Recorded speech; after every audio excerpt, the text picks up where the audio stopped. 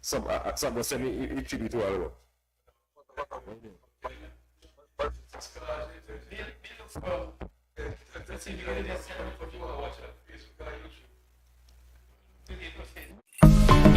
Jingle your keys and get in gear with a car loan from ACB. Drive away with a loan that fits you. Get up to 100% financing and 10 years to pay on a new or used car. Plus, get a pre-approved credit card. So rev up and get in gear with a Simply Smarter car loan. Call or visit us or go to acbonline.com for more. ACB Caribbean, simply smarter banking.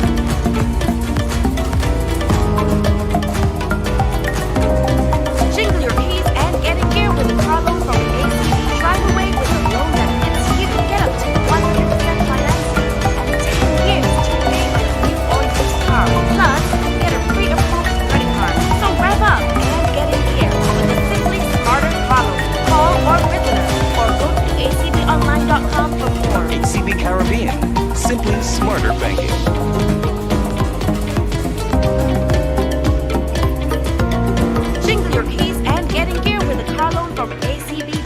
with a loan that fits you. Get up to 100% financing and 10 years to pay on a new or used car. Plus, get a pre-approved credit card. So rev up and get in gear with a Simply Smarter car loan. Call or visit us or go to acbonline.com for more. ACB Caribbean, simply smarter banking.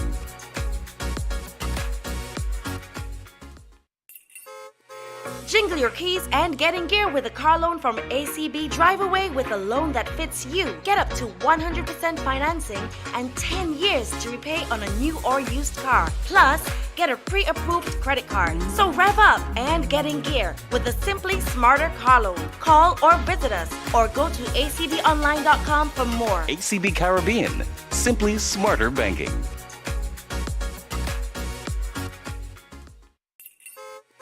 Jingle your keys and get in gear with a car loan from ACB. Drive away with a loan that fits you. Get up to 100% financing and 10 years to repay on a new or used car. Plus, get a pre-approved credit card. So rev up and get in gear with the Simply Smarter car loan. Call or visit us or go to acbonline.com for more. ACB Caribbean, simply smarter banking. Jingle your keys and get in gear with a car loan from ACB. Drive away with a loan that fits you. Get up to 100% financing and 10 years to repay on a new or used car. Plus, get a pre-approved credit card. So rev up and get in gear with the Simply Smarter car loan. Call or visit us or go to acbonline.com for more. ACB Caribbean, simply smarter banking. Jingle your keys and get in gear with a car loan from ACB. Drive away with a loan that fits you. Get up to 100% financing and 10 years to repay on a new or used car. Plus, get a pre-approved credit card. So rev up and get in gear with the Simply Smarter car loan. Call or visit us or go to acbonline.com for more. ACB Caribbean, simply smarter banking.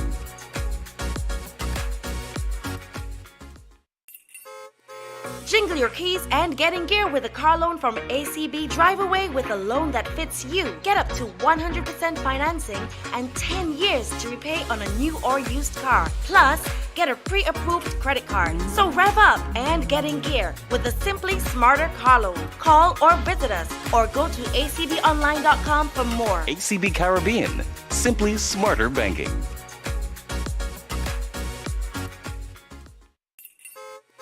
Jingle your keys and get in gear with a car loan from ACB. Drive away with a loan that fits you. Get up to 100% financing and 10 years to repay on a new or used car. Plus, get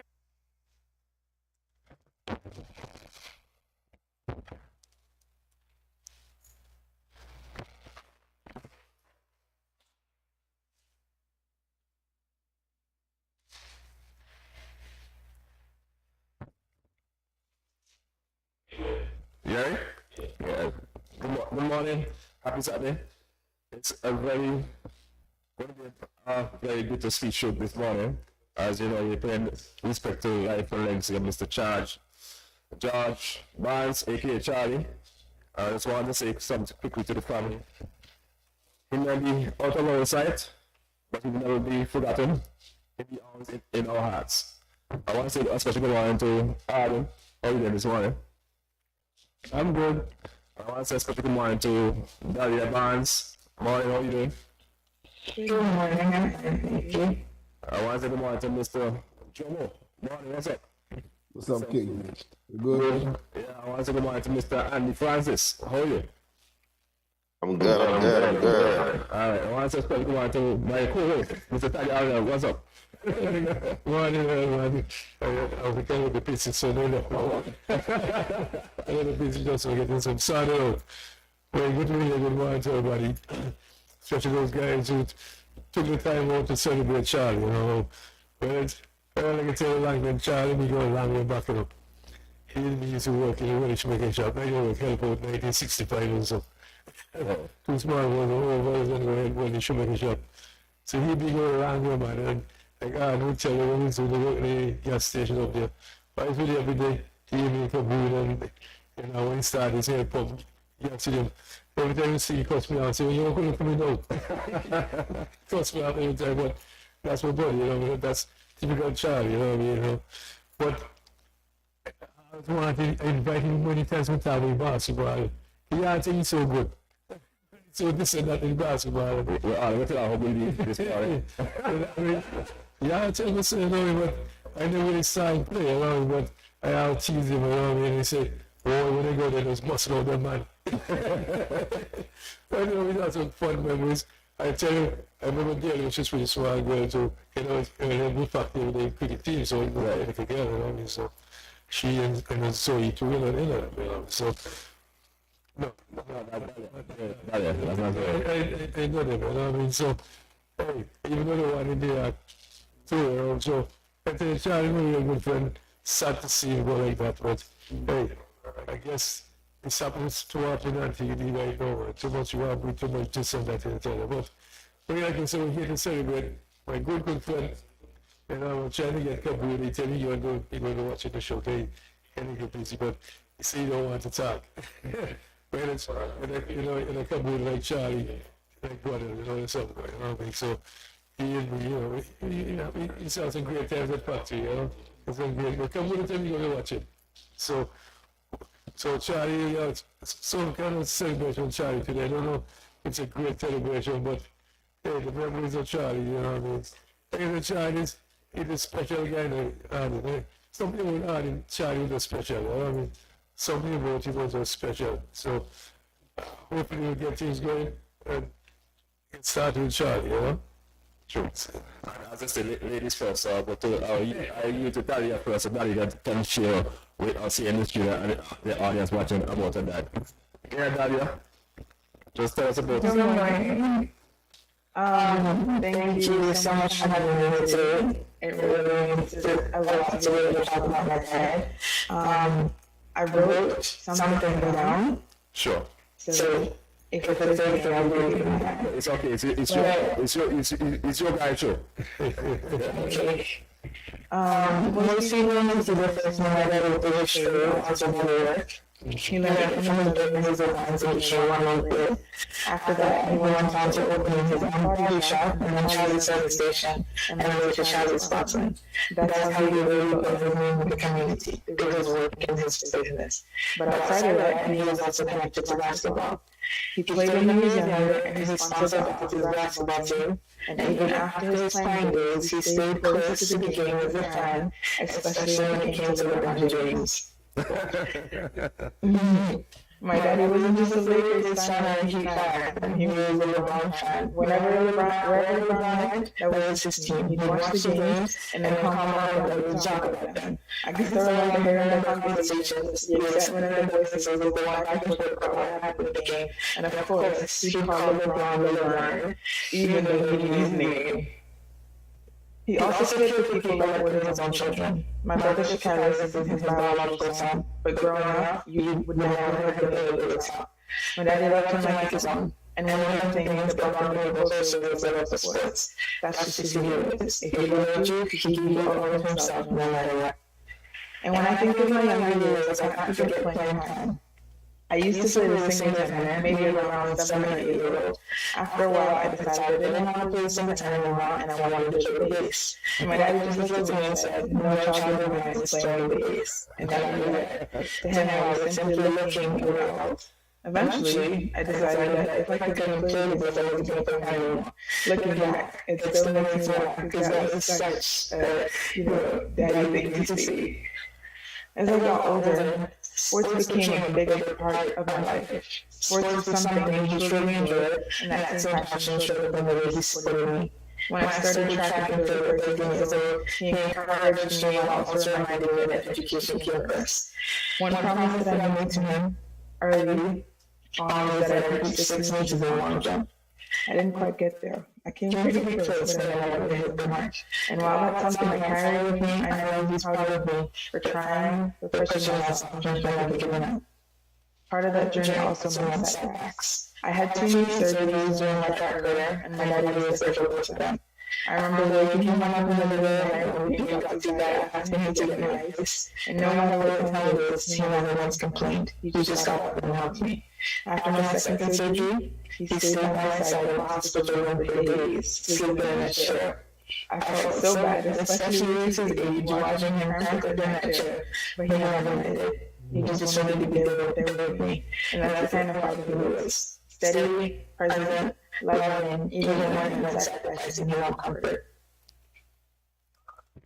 Education was something my dad cared about deeply, because he didn't get to finish for himself. He never went to high school, but even without that, he built a life and a name for himself through hard work and dedication. That's why when it came to his children, he wanted us to have what he didn't. He always said I was a student before an athlete, and that stuck with me even when I was always caring when I was a teenager. Later, when I was in grad school and struggling, I finally told him that I was doing well. I was nervous because I knew how much he valued education, but his response was, "Don't worry about it, it's a we thing. We is more than one, so we're going to get it done." And that's the kind of father he was. He made me feel like I wasn't carrying my dreams alone, and that we were carrying them together. Some of my favorite memories with him aren't from big moments, but from the simple moments. When I was younger, I'd be in the kitchen and I could cook Benjamin fish, and shrimp rays, and Benjamin shack, and he loved to cook. He taught me by letting me stand there with him, showing me the ability to put your hand to something was what makes it good. And then there was Sundays at the beach that he loved tournaments. We'd go there and love the fill out of the same thing every time. The lobster salad, comforters, and the fruit punch. It never got old, and it felt like a little tradition that was just ours. Another thing we bonded over was movies. When I was younger, we'd watch Sound of Music, Evita, and all the horror movies like 17,000 times. I might get exaggerating a bit, but we watched them a lot. He loved horror movies, and I thought that's why I loved them too. We'd watch them whenever they came on TV over and over again. I don't know how he could watch the same movie so many times, but he did. Even when he was up here with me in the US, he'd still want to watch his favorites. Would he look there? He raised Kalama, he 51, whatever movie it is, he'd watch it. Those were his go-to still. And while they were just movies, it was also our time together. Something we shared and laughed about. It was one of the little things that made our bond even stronger. I remember the last conversation that I had with him is the one I'll hold on to forever. It's the same day he was sentenced killed, the same day I took my NCAT exam. A dream of ours, and what I will continue to do is to live on his legacy, is me becoming a medical doctor. And after taking that NCAT exam, I called him and when he answered the phone, the first thing he said was, "You look like you passed." I told him, "I don't know, because I wasn't sure." And he said, "Well, that doesn't sound too confident." And I listened to him, encouraging me to see myself the way he saw me. And like always, we ended the call with an I love you. I didn't know that would be the last time I'd tell him that, but I'll always be grateful that our final words were love. So yes, Antigua knew him as Charlie Vines, through his trade, through his business, through basketball, and through the community. But for me, he was my daddy. And I'll always carry with me the lessons he taught me, the love he showed me, and the steady presence that made me who I am. Thank you, guys. I must say something to jump in quickly, because everybody's saying Charlie, Charlie, Charlie. Well, this was they call him John Joppers. He's got in charge and overs and Joppers, But I must say that this guy Arden get me to go ask a couple times to see Daily here and Hugh and son and Teddy's son. Track and field, this big meeting Sundays and so on. Okay. This guy Arden got me down this audience. We follow them a lot. So I can tell you about the track and field stuff too, Yeah. He was the one who got me there to watch them. Well, I know I'm gonna play. I was just jump on the drummer, can jump on basketball and jump on James. See how many Lakers at. Drummer. We can talk basketball. Yeah. But Eli always defer to Arden because Arden and Charlie are my seniors when it comes to basketball. But we did love the Lakers. But I just want to say, I want to reiterate this comment about Charlie's love for education. When I was through with high school, I used to hang out on the car. My grandmother lived right near Browns Avenue. And he used to sit me in the car and he just never said anything to me. And then one day he said, "What you do for pneumonia?" And I'm like, "We just put the car we wait for Charlie." So the guy who lives in Browns Avenue, this guy, he's really Gaston, but we call him Charlie. So I opened and Charlie, he said, "You wait for Charlie for door." He said, "Hold on, me. You know, go to grammar school?" I said, "Yeah, I went to grammar school." He said, "How much subject per class?" I said, "7." He said, "What?" "Talk up, man." I said, "7." He said, "Let me take 7." And John said, "When this car, I'm going to bang you." And every time I say, "When the car, I'm going to bang you." Look, come on there. I said, "What did I do?" He said, "Let me tell you something. First something, go and go back and cut your hair. Every time when you get long, have a little locks and you go on like a little bad man and so." He said, "Let me tell you something. I know that's upon this corner. Go on with school, boy. Me never pay your hands." And let me tell you, I thought he was joking. By the time he reached back, Browns Island by my grandmother, Charlie brought up by my grandmother now. And he was quick to tell me, "Sorry, anytime you see me over there, I'm going to bang you. Tell me, tell you. I'm going to ask you." And that was, believe it or not, the kind of push or the impetus I needed to go to college. I wasn't going to college. I was going back on the street. I had my game plan. Everything planned out. And, it was Charlie who encouraged me to go to school. And he kept saying, after saying your people, go on to school, man. Every time you sound, "Hey, you know, I don't want to sit up in the corner." And I thought he was kind of just picking on me because it wasn't just on the corner and you meet me in the court. He was kind of off me up. He was so physical when he played the game. And he really, I wonder if he just kind of just stopped and talked to me. So let me tell you something. I didn't tell you this. I know your father. Your father used to teach when they were in the school, Seagull Farm School. He said your father are one of the few poor people in Nigeria that get from tertiary education. No waste of life, partner. No waste of life. Go on to school, you're better than that. And, I always put that in the back of my head. When I went to school, I always had it in my head, "Hey, nobody better than me." And I just want to thank him for that, just pushing me to go to school. And, when I started working with the government, you sometimes say, "Your grades are out." And, we just laugh about it. And, he encouraged us as a community to just, excel. Not even just being in the corner or just hanging out or hustling or whatever. He wanted to be the best person he could be. And, he was a large reason why I ended up trying to coach in the basketball team for a little bit. Tell me, "Hey, we need help, man. You can't just let the team to go in and do what they want to do. And now, listen to me." So you have to go get my eyes and so on. And I didn't coach until my wife stopped me because my blood pressure got kind of high. But, I never stopped loving basketball. And he was a large reason why, academics became part of my life and will forever be a part of my life. Just be careful, Bucky, you watch it, right? So then someone said, "Bucky, you watch it, so be careful." No, Bucky, you be the most trouble. Anytime you coach, if Bucky, the game. Well, Andy, I want to hear about you. What memories of Charlie you have, Andy? I want to make the young bloods talk first, then we go to the senior bloods, you know? Yeah, absolutely. So, hold on, let me turn on my camera here.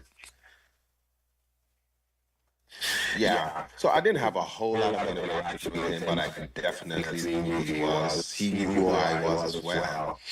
And, you know, the times that I've seen him, you know, we always like to greet each other, hey, you know, how we do stuff like that.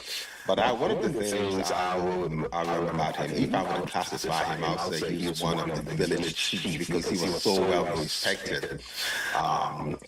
You know, the interaction, I've seen his interaction, you know, with the guys, the different guys up there, especially the range pasture area, and he was just well respected. They respected him, you know. And I know my cousin Noah Abraham, you know, played ball with him.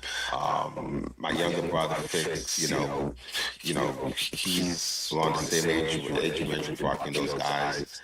But you know, they had, you know, he had more impact there because of the respect that they had for him. But I just, you know, just remember him as tall, you know, gentle guy, you know, and his interaction. And I just want to, you know, convey my condolences to you there, you know. Definitely keep him for some prayers. But yeah, that's what I definitely remember about him. You know, I left him here in the mid-90s, but you know, my memory of him is definitely clear. And he was a really nice guy. Cool. Well, you know, you and Charlie is very close. So as I tell youngsters, the senior guys will have more information. I think I learned a lot from the senior guys this morning about Charlie and who the real Charlie is. So just share memories with them and the audience. Very good morning to the audience, viewing audience. Condolences, Dahlia, and the rest of the family. Charlie, where to start from? Take your time. Both of us go way, way, way back. We started with, my profession is mechanic, Charlie's Body Works. So I used to do working for Leeward Motors as a company. Every spare time I get, I will go do something for Charlie. And it grew from there to, you know, years. Now, basketball. Let's shift over to basketball. Because he was more recognized, he was recognized for Body Works because up to today, I think he's the best body man ever on this island. The little things with Charlie just point out where you wouldn't see and he would see. You know, it's amazing. And I know a lot of body man just come to him for estimate. Once his estimate is presented, it's well respected. For basketball, Charlie started basketball on the side of the road in Athens. From a big, you know, big elderly man into basketball. So it's going to take you a while to really develop the game. But Charlie is a fast learner. Charlie has grew his basketball game that everywhere you go around the island, he's well respected. People want to play him. He first just said no the challenge. And like every afternoon after work, once he have the time, it would be like Sunstone, which is 5 o'clock, Kabuda. They will go to different communities and play a lot of 2-on-2, 3-on-3, and his game just raised to the level. And I hear Dahlia say LeBron was his big fan. No, Michael Jordan. Charlie had developed a fadeaway jump shot from the top of the key. And that's all Michael Jordan. I can tell you. I can give you a little history of when the league was playing up at Radio Range. Charlie made a move at the top of the key and sank the basket, and the whole arena in an uproar. When I got home the evening, my cousin asked me, what happened?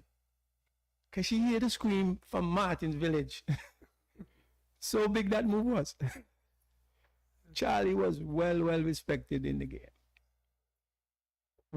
People just scare him because back in the day, you had talk about enforcer, and we had two in others, Charlie and Bunting. When you look at our front line, you think about driving, all jump shots, because they were the enforcer. But Charlie could hold his own on that basketball court. He was very well respected. And What position you used to play? Center? center. And I hear you used to be very, what call it, like what the guy named for Celtics? 0-0? Parish? Yeah. No, Charlie would tell you he Michael Jordan. Despite he played center, Charlie would tell you Michael Jordan because he had his fadeaway jump shot from the top of the key. I can give you one more. They had another team in Otters called Clippers. And in the Grace Green League competition, was playing a game one night down there. And Charlie picked up the ball in the center, up fake, and made the shot. After the game, Charlie said, the whole team fouled me. Everybody jump ready, and he still make the shot. Yeah. And Charlie has two personalities. One, you can see him very serious. But on the other hand, Charlie is very humorous. Don't let Charlie know anything about you that he can bring it up, grind you, because you wouldn't want to be there. Because he's very good at that. And a lot of people don't know that about him. A lot of people see him and just think, well, in a lot of days, they just see him moving around looking very serious. But when you get behind the scenes with all the guys that go up around us, and anybody make a mistake, don't let Charlie know. Don't let Charlie know, because you want to come around. He will put it how he feel like. For instance, all the guys like Sam Brocky and then the other guy in Daddy, couple others that like wouldn't make the get in the game. And after the game, they don't want to see Charlie. Then the bench kick up by that. Charlie said, "Why first one? The bench, ride the bench, make the bench kick up with that." So that's Charlie. Charlie, there can't be another Charlie. There just can't be another Charlie. He was a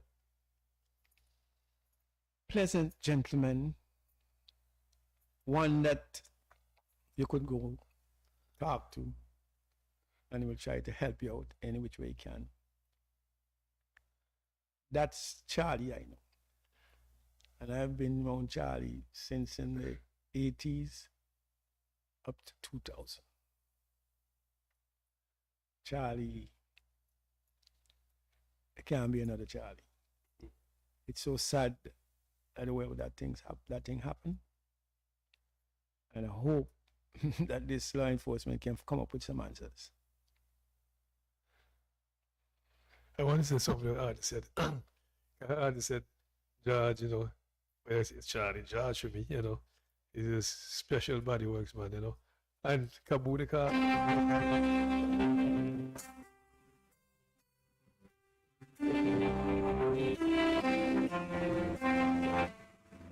Charlie, when he finished, Charlie came over to work to do on the car deal. And Charlie was cutting some patch so fine. He said, Charlie, you're doing something up to know, something special. Kabuda mentioned that to me just last week. You understand? Morning. Bookie. Hey. Morning. Everything I say a truth. But what Jumbo says? Jumbo too. All of them. Anyone that come to say anything a truth. But here you are. A time, when the first time you got your patterns, you saw me the TV, the lake. TV.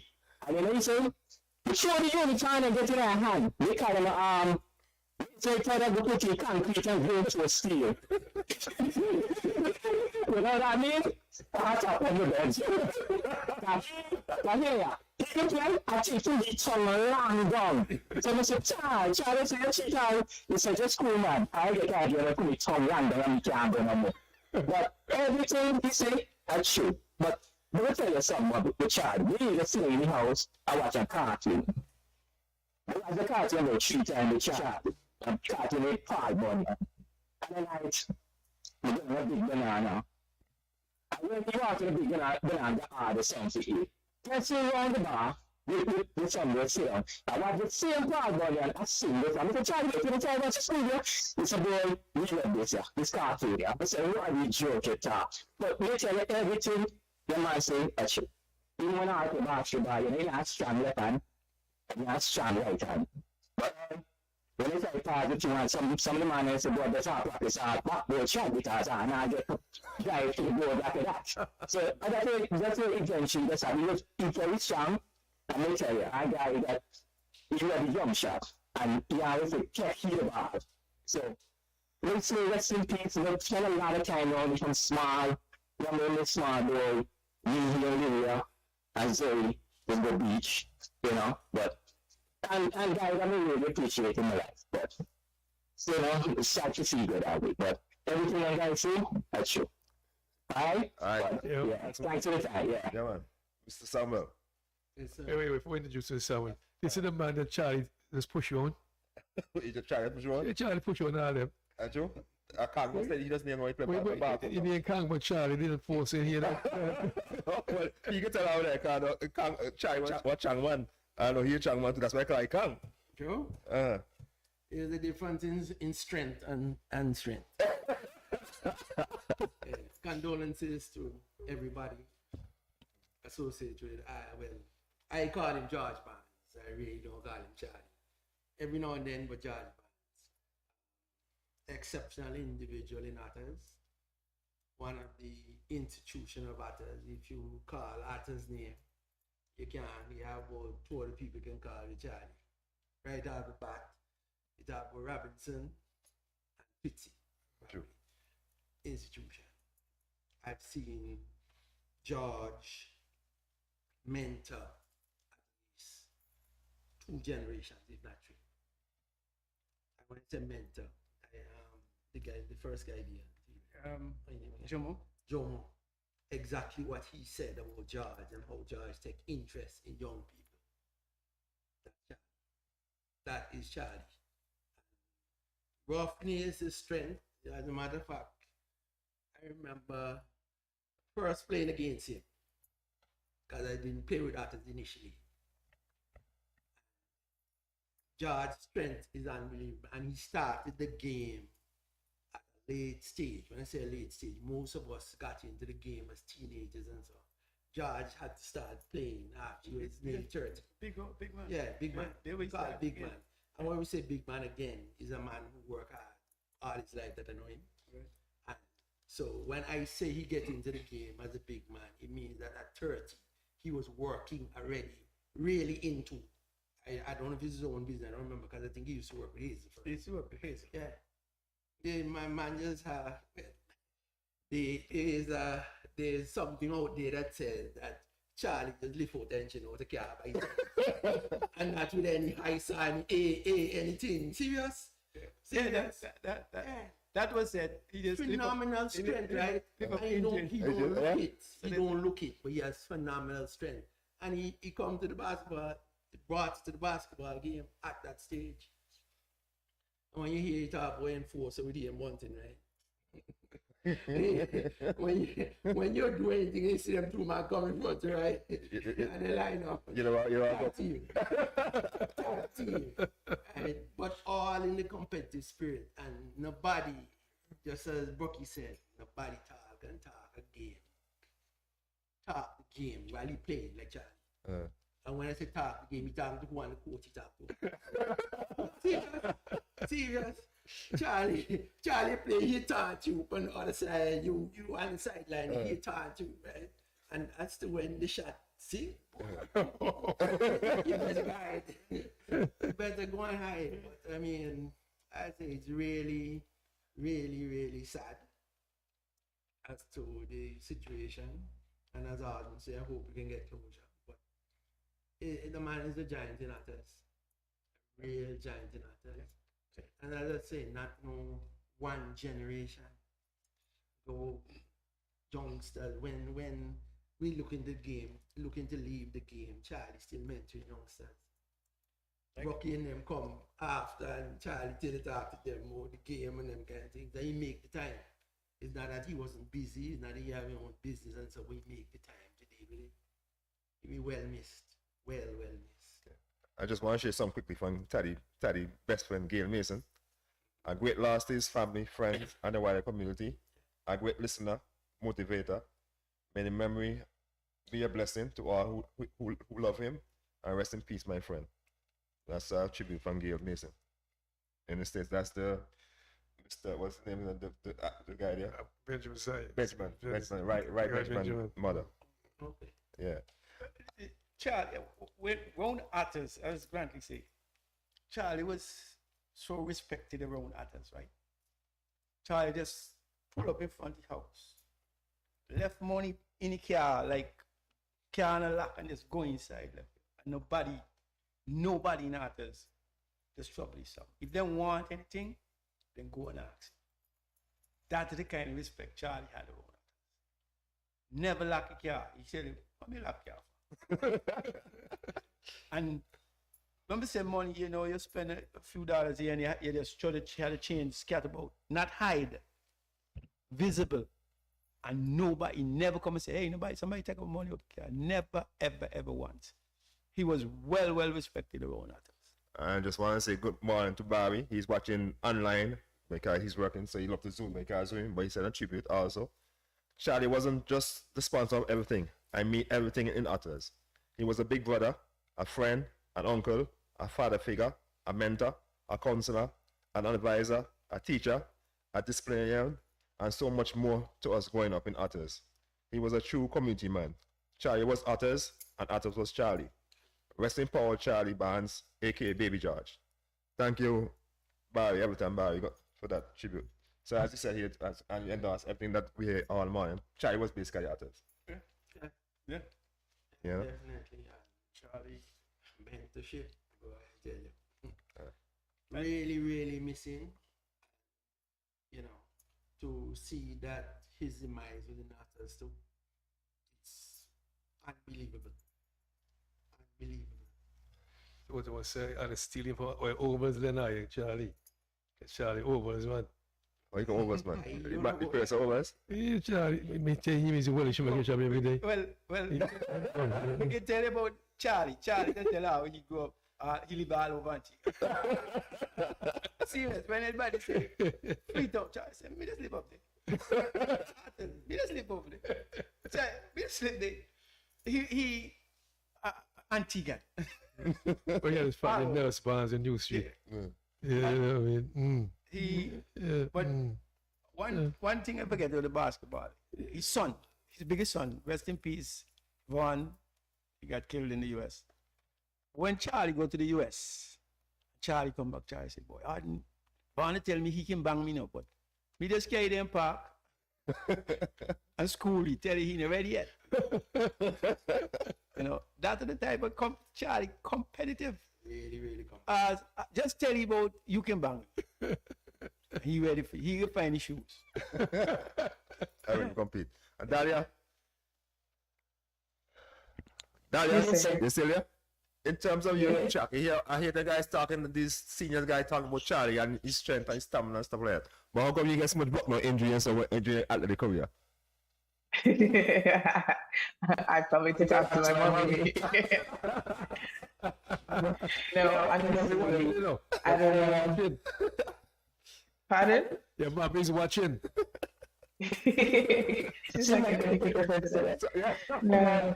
So tell me something though, in terms of you on your track and stuff, when your daddy came and support you, how you felt to see that father figure out there watching you compete on the track? Great. I mean, he wasn't at every single competition. The two main ones I can remember was our first track and field competition when I fell down. It was very embarrassing. And I remember as soon as I got up and crossed the finish line, the first person that was down there was my baby comforting me as I was crying. And then at Carissa Games, when my first one was when I did terribly in the but he was there watching, and I went to the stand, sat to me afterwards, and it was a really good consider. It was just, I'm here, you know what I mean? I got you. It's okay to cry. Go for the next time. Okay. And Jomo, I know you're one time said the coach and stuff. I hear Brookie calling and say that sometimes he was benched in the MC, concrete cement court. Charlie used to call the leather brief. That's the way you have a Brookie. Yeah, I mean, Charlie was always about discipline. And when we had the team, Andy's brother, Fitzy, and we used to call him Gargamel. Fitzy was a star. We couldn't win without Fitzy. But Casey, which is Bucky, we call him Bucky. Casey was probably my most talented player in terms of understanding the game, in terms of being able to leadership. That was Bucky. When Bucky had the ball and the game tight and he shoot, he could score. You can find a way to score. You can find a way to go to the future. The issue Charlie had with Bucky is the team. He said, listen, Casey, Casey want to take over. So you have to make him sit up for the watch the game. Make you watch the game. I said, Charlie, I gotta play him because when he's not on the floor, the guys get kind of wild and discombobulated and not together. He the glue for the team. He said, but you have to get Fitz to the ball. You have to get Fitz to the ball. Fitz to the team. And Fitz had a problem with his shoulder. And I saw it, but I didn't really want to kind of scare him with it. But his shoulder would come out of place. Like I saw it happen one time. Let me see you would have a pull back the shoulder. And then his shoulder just kept doing that. I said, you know what? He has a weakness with that joint, and I can't exploit that too much. So I just kind of tried to play him not as much as he needed. He probably could play more, but I just tried to shield him that way. So that I played him in the moments when the game was on the line. And you know, Charlie said, no. Fitz up on the court, man. Buck him and match him, buck him. But you know, really and truly, Casey was a good player.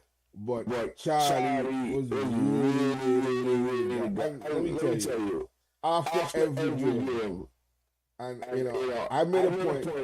I didn't really when I remember the gas, even lose the game without Charlie. As soon as you put up in the car, when you don't feel the car, let me know how we're ready. Charlie, me know how to say, hey, let me say, when you get done, fill up the car, let me know how we're ready. And he was like, he said, up me. And he had the officer in the back of the station. He called me and said, let me tell you something. For now on, when you coach the game, you tell me who puts in the game. Listen, Charlie, my game is based on how you perform in practice. So you can't win in practice. That's a face something. You teach them and we can tell you who to play. You know the man in them. You see your boys, it's a birdie, athletic. Now, birdie is a slim kid, but I didn't realize birdie could jump out of the gym. And hey, look how high you talk about Verdi. But Verdi was kind of an introvert. But I didn't know anything about him. But because Charlie knew his personality, Charlie was going to tell you, hey, you can't push the game when the game get kind of tight because, you know, he crossed up. I didn't really understand what he was saying. He said, no, you can climb up. Then he used to say the shine too big feet.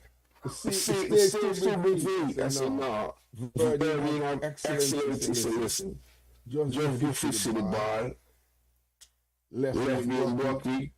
Me get tell you when to put in Birdie. He said, can't come in the game. But me get tell you who to put Charlie Harry Pence start right. One Francis, that's a Justin. He two boss. Left him on the bench. The other one, he won't give. The other one, for Arsenal, he made a lot of sense. Give him give. The other one, Randy, he said, listen, he Randy, one people food, please. Left him on the bench. Randy was Charlie. In the next, Randy was so strong. I couldn't leave him out of the team, but it just, you know, Charlie knew everybody's personality because they were all around him. I mean, I just passed through the village and I know the game, and you know, I came to Artists late, but Charlie was really the backbone of the community. And just like Arden said, you know, Charlie Park, nobody would ever go into Charlie property. Nobody would ever. That's why, you know, the whole situation just seemed kind of crazy to me. Nobody ever interfered with Charlie. Charlie pull up a cook, he don't call my cousin Randy. He said, Randy, I have 5 looking at him. Let me see Randy done 5 more. He said, oh man, 5 looking at him. He said, you never see the man in the Randy boy. And you know, it just had that community spirit and that, you know, that intuition about, you know, what we needed to be, what we needed to be in our lives. And he was a great influence, man. Great influence. You can never replace somebody like that. And when people, you know, do stuff like that, they don't understand the impact that it has on the community, because you just robbed us of somebody that we needed him. You know, and it's terrible. It's terrible. But there are my condolences. I don't really know you, but you know, I can see your dad's face in your face. Don't doubt about it. It's your siblings and your mom. Just, you know, condolences. This guy was phenomenal. Really phenomenal. Thank you. As you know, as Drummond said a while ago, in terms of Charlie, how he understand people and stuff. He see talent, no talent and stuff. He see potential and you understand potential. Yeah, Charlie was like that. Charlie, he could sit with Charlie and discuss the game to the level that, okay, this person capable, this not capable, and how you should do them. Because at one stage of the game, I took a back seat and decided to coach. And everybody was part of the team, Grantley, Charlie, Sunstone, Kabuda, and we did very well. And Charlie was one of the main focus of the team at that time, like the center, starting center. But we had a good core, and Charlie held his own. But I must say this about Charlie. Charlie's very humorous, you know. People don't know that now. Well, back in the day when Arthur's Court was just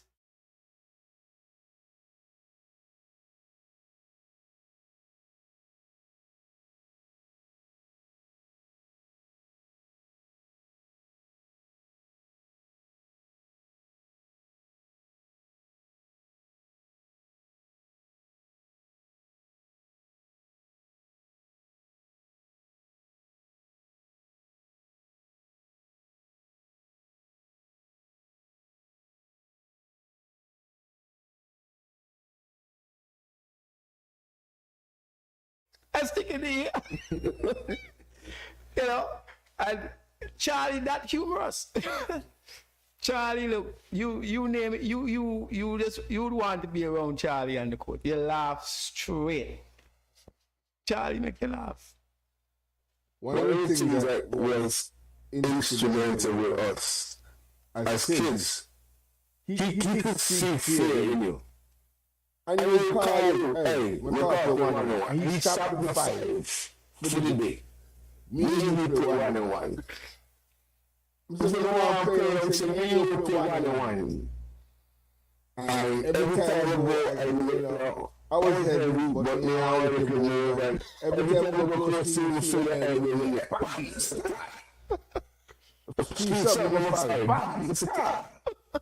and I didn't realize what he was doing. He said, let me tell you something.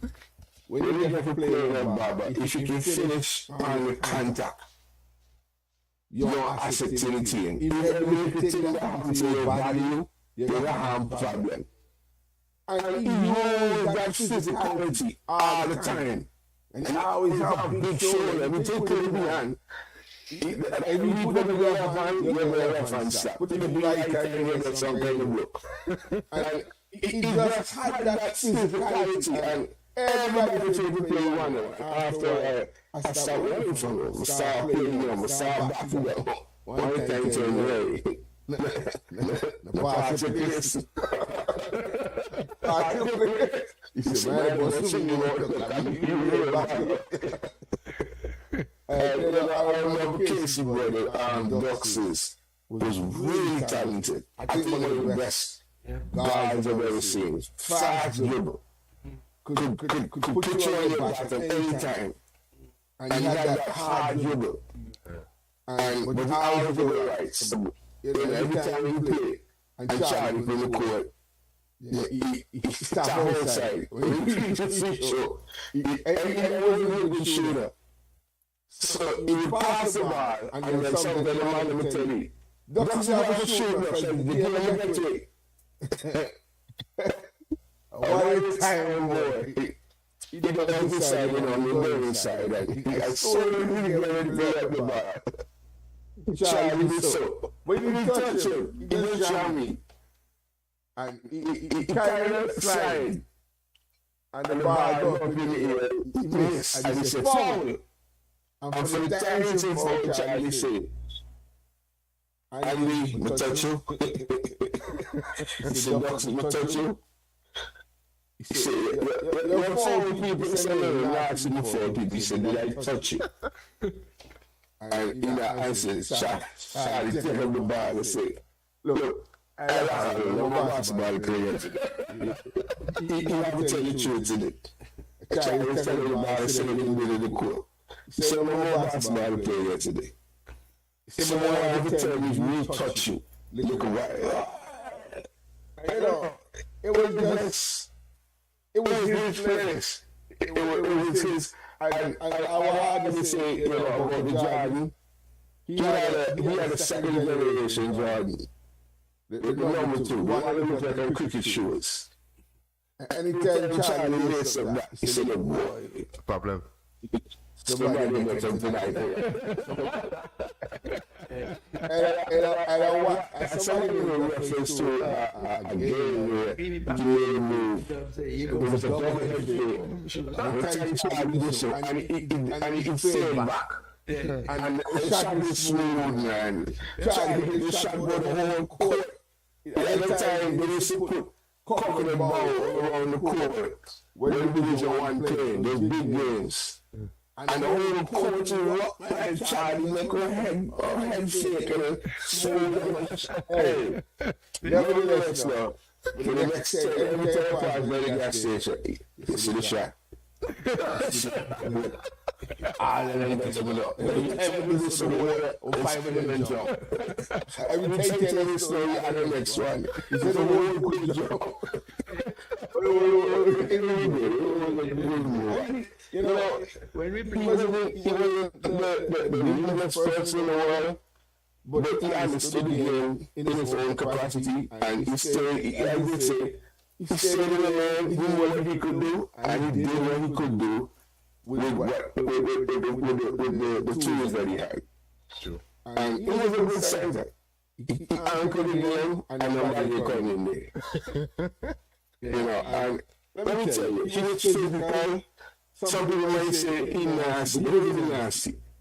He was just physical. Born to the next story. Born to the guy for doing something for boundaries. But Charlie really just was trying to bring physicality to the game. But in the extreme, but let me tell you, Charlie was an enforcer, Charlie was a learning the game, Charlie was a leader in our community. I can't reinforce that enough. Yeah, get out of it. With the enforcer part of it, we were playing against Braves. Them time, Jerome Young, Cat, I haven't even gone to college yet. We had played them something around Christmas or somewhere around there, close to in December. We were up in Clear, and we ran over them. At the end of the game, them say, "Oh, I want to have a drive," and they say, "Who in there? The Charlie and Bunch." They now going inside. Them take our jump shot. But Charlie, because he learned the game at a late stage, the fundamentals. So all Charlie just do, if you drive, he stick his hands out on defensive stance. But the time he put it out, he might look late.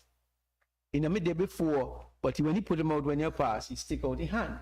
So you go run into the hand. The same thing like Bunting. If Bunting will run the ball, don't go close to him. Because he can knock you out. Without one doubt. And he in Anna Mass, he knock you out. Where you coming here? And walk with you. So we had, when people look back from far front line and say, we ain't going in there. We're not going inside there. But Charlie, they can't have another Charlie. And don't forget Stuntman boy. All Grace Farm, Pine, with the basketball mecca.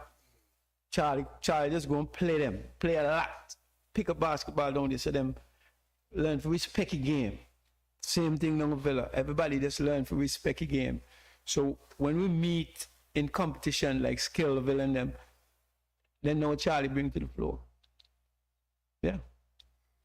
A guy Reginald Barnes here is saying, tell Arden he started on the road in Otters. We're asking him to have his house. That's what I said. Started on the side of the road. Original Barnes saying that. Yeah. Started right on the side of the road. He and Stuntman. Right, right. May know the people in the name, but just as you come home from plumbing, come up the road there, they had a stuff set up on the side of the road there. Oh, by upstairs, right? West, up to the west, ask me. Right. And this is where he started his basketball. By Ossie Andy. Yeah. Okay. Yeah. Right there. And what I learned from Noel supposed to join us, Noel Abraham. Yeah. He tell me, Charlie, you left from work and go straight up with your mechanic clothes to play basketball. That's how soup he was. Yes. Yes. Yes. Charlie, talking about Noel. Charlie grind Noel when we were playing against Skillville up at Grant, didn't have play with yet. We're playing up against Skillville up at Clay Hall. I rebound the ball. Game close. I think they were by one. They left would have win the game. But outlet the ball to Noel. And Noel go and do some fancy move. and miss the shot. Charlie grind is straight. Because then time he wife and someone in the stand. So Charlie said, Noel, turn around and look for the wife. And he grind is straight. How could I win the game? Yeah. Charlie, me tell you, Charlie was fun. When you step on the floor, Charlie was fun. Somebody, Human Daly saying, besides Charlie's sporting capabilities, he could prepare a finger-licking fungi and fish. Yeah. But that's what Daly said. But he was better than Kabuda. He better than Kabuda? No, Kabuda the one they call the pop. The pop. The fungi is so soft. He ran in the plate. But Charlie had a real convention of fungi. But Kabuda the fungi, like pop. Charlie love the fungi. If you see Charlie say you go cook, a fungi. Okay. So I hope they can cook fungi. Nope, and I really wanted to learn, but I don't think I can. Anytime. Because somebody here bring up your dad and said that your dad fungi really finger looking good. So he came up to Texas a while ago for me and him to go down to Denton, and he made me some punji and some pumpkin pictures and stuff like that. And I was like, I told him I want to learn. And then I got to do because I tried to punji and pot, and it was too much work. So she did the couple this time. You should have come with She it. did the couple this So, you know, she had to come with the fungi. See, but George had been in the shop of them. But she always cook fungi for me, and you know, nobody want to know the too soft. So I come with me. Seriously. But that game against Skill must be the one that top team. Top team. And this is the first opportunity we had to beat them. Noel get the ball, fast break, kill one. Noel turn and do something and the ball miss. Boy, Charlie said, Noel, tell him look where your wife do. I do yeah. It's grinding straight. Every time Charlie see Noel, Charlie just grind Noel. I didn't slip. I was like, you slip. It's never. You know, like, you know, like, on fire, so you're going to meet me right now. But you foot slide. And then you foot slide, it hits the shot. Charlie slide up. Oh, you know. Oh, we slide here. You can't look on the side. You want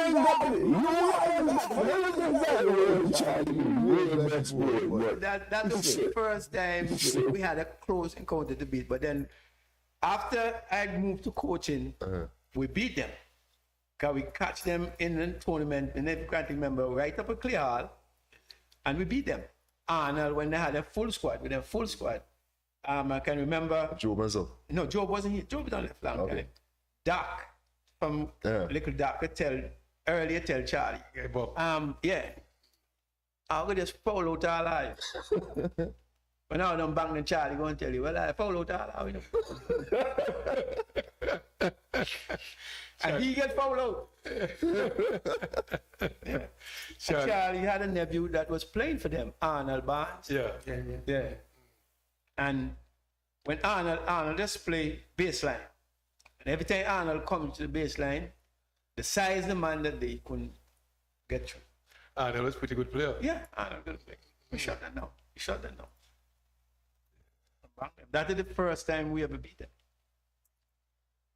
And for you, Grantley, in terms of Charlie or playing with him and stuff, what some key moments can you remember playing with him? Well, no, there are plenty. There are plenty, and Arden went through a lot of them. But the mentorship on the court also. When you hear tell about bantering, right?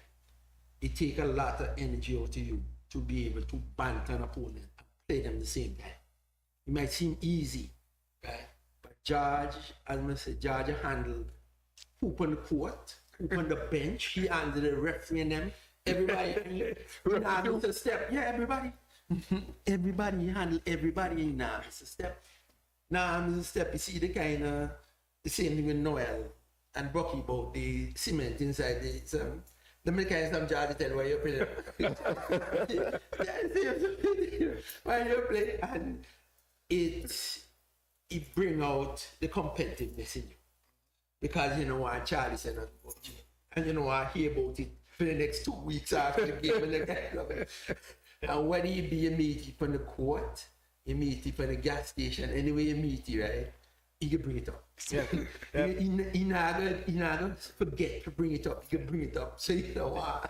Get put on the side of the yard. But again, it's somebody who share their opinion, right? And who guide you. You don't have to ask them. And when you find somebody like that they just share with you and the experience and so is a real asset. Real asset. I must sit on. Yes, so what Grant just said about Charlie when we see you. That's the Oval is what to see. The Oval people don't forget nothing. Especially come to grind you. When they don't miss the opportunity. the incident let me tell you where Clippers, he said the whole Clippers fouling. Then time this young guy that played Clippers just worked with him weekly. Yeah. So when Ricky come work, it was a weekend game. Ricky will work the Monday.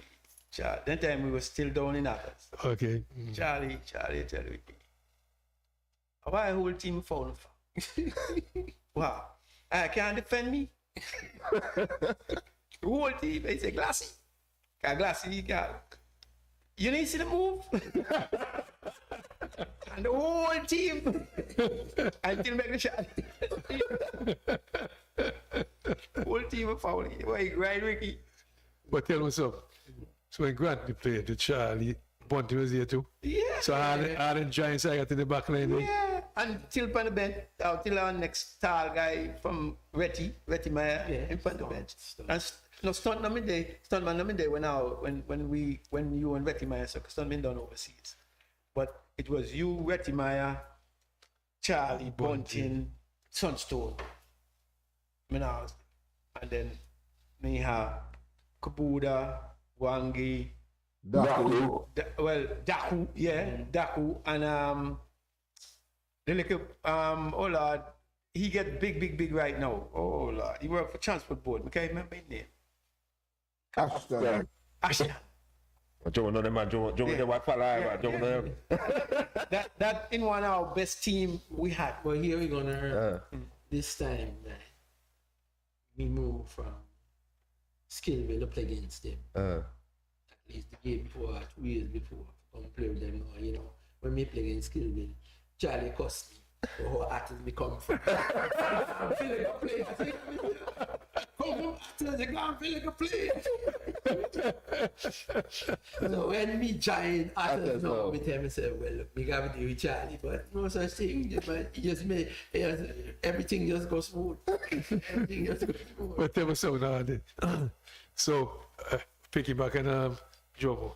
So, Charlie, I will tell you who to bring in the game and so, and Charlie, the big man. So you tell me who must bring in the who was right in the bench. One, no, man. Tell the truth. No, me tell the truth.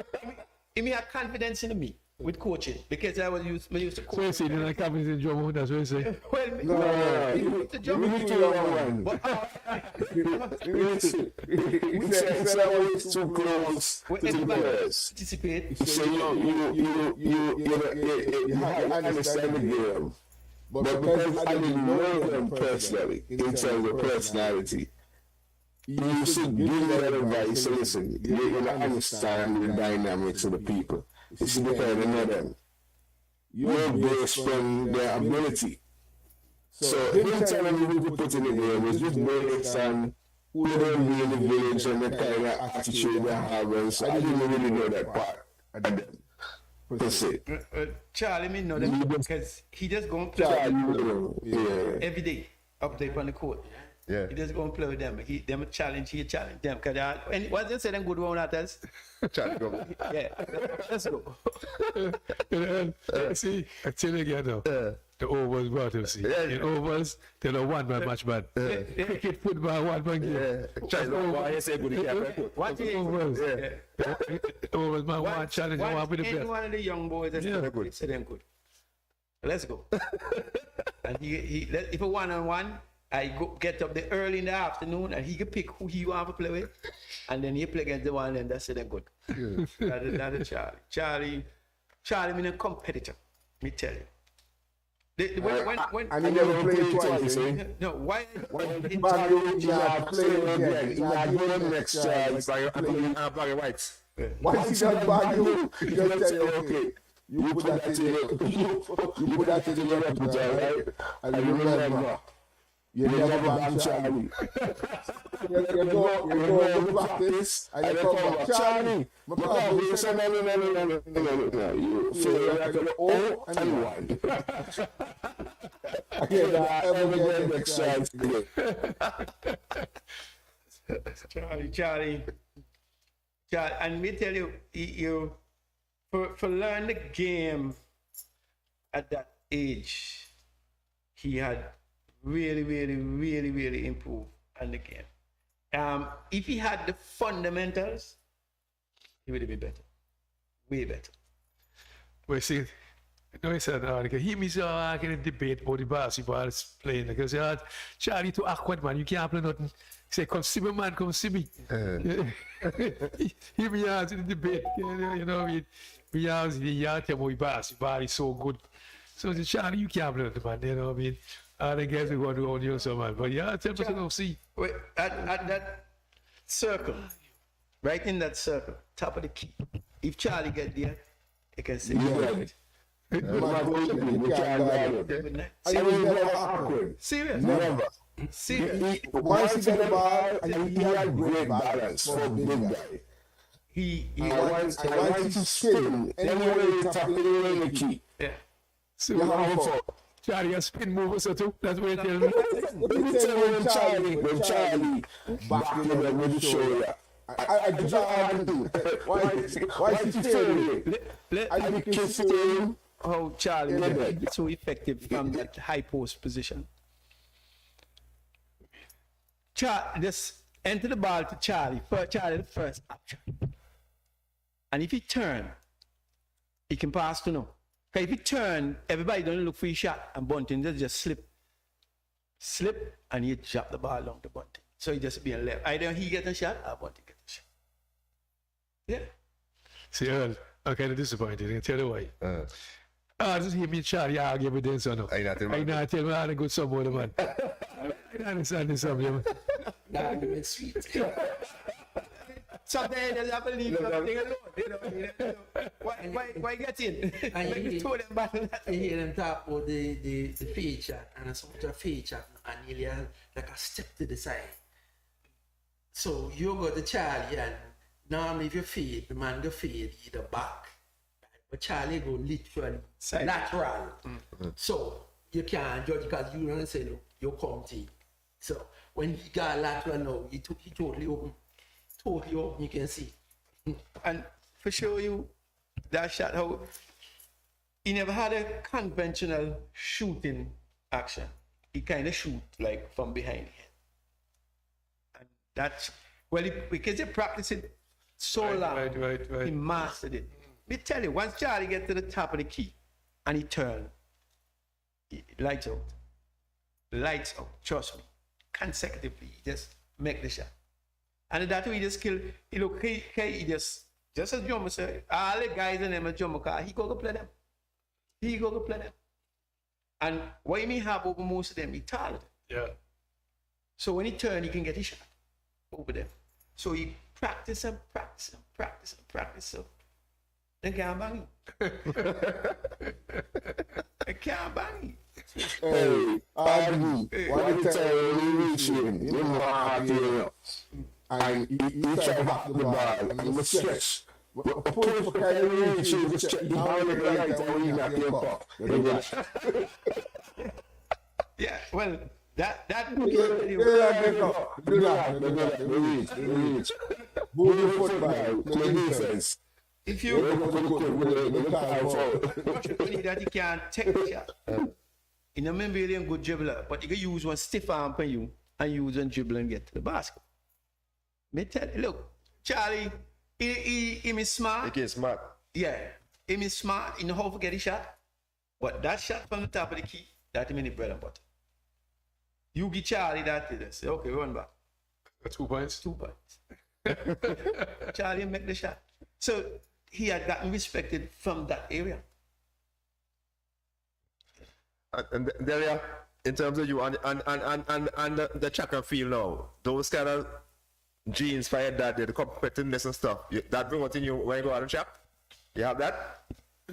Yeah, I'd say so. I feel like I got some of his power when it comes to lifting, jumping, running.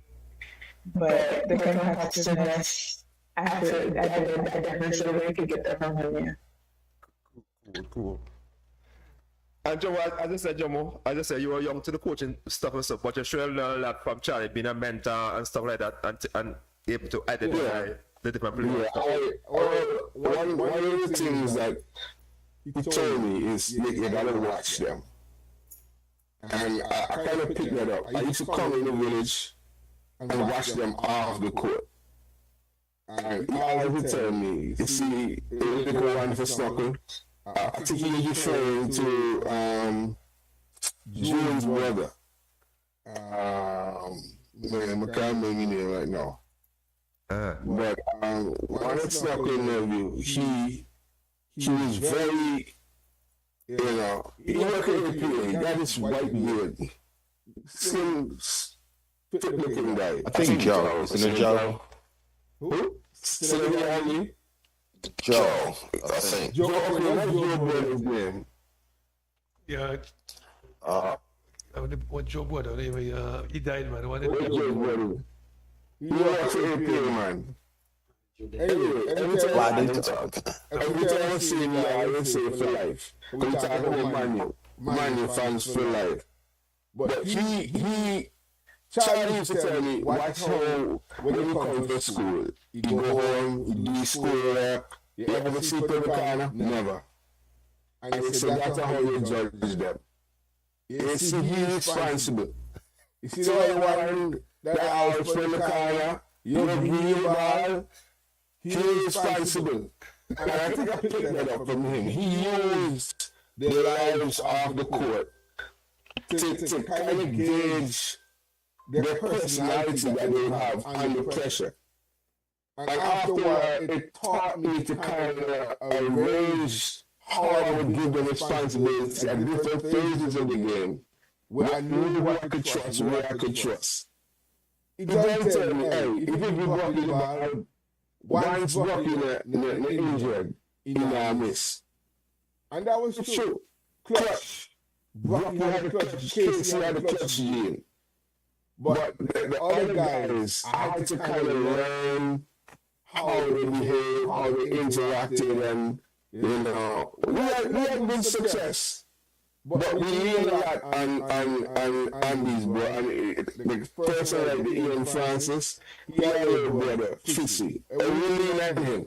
The team and how he went, because he was just remarkably more talented than anybody else on the team. And he could jump over the sky. Never seen anybody vertical like that. And Charlie used to always say, if you couldn't put the ball in your hand, you're in trouble. You have to set the pace early.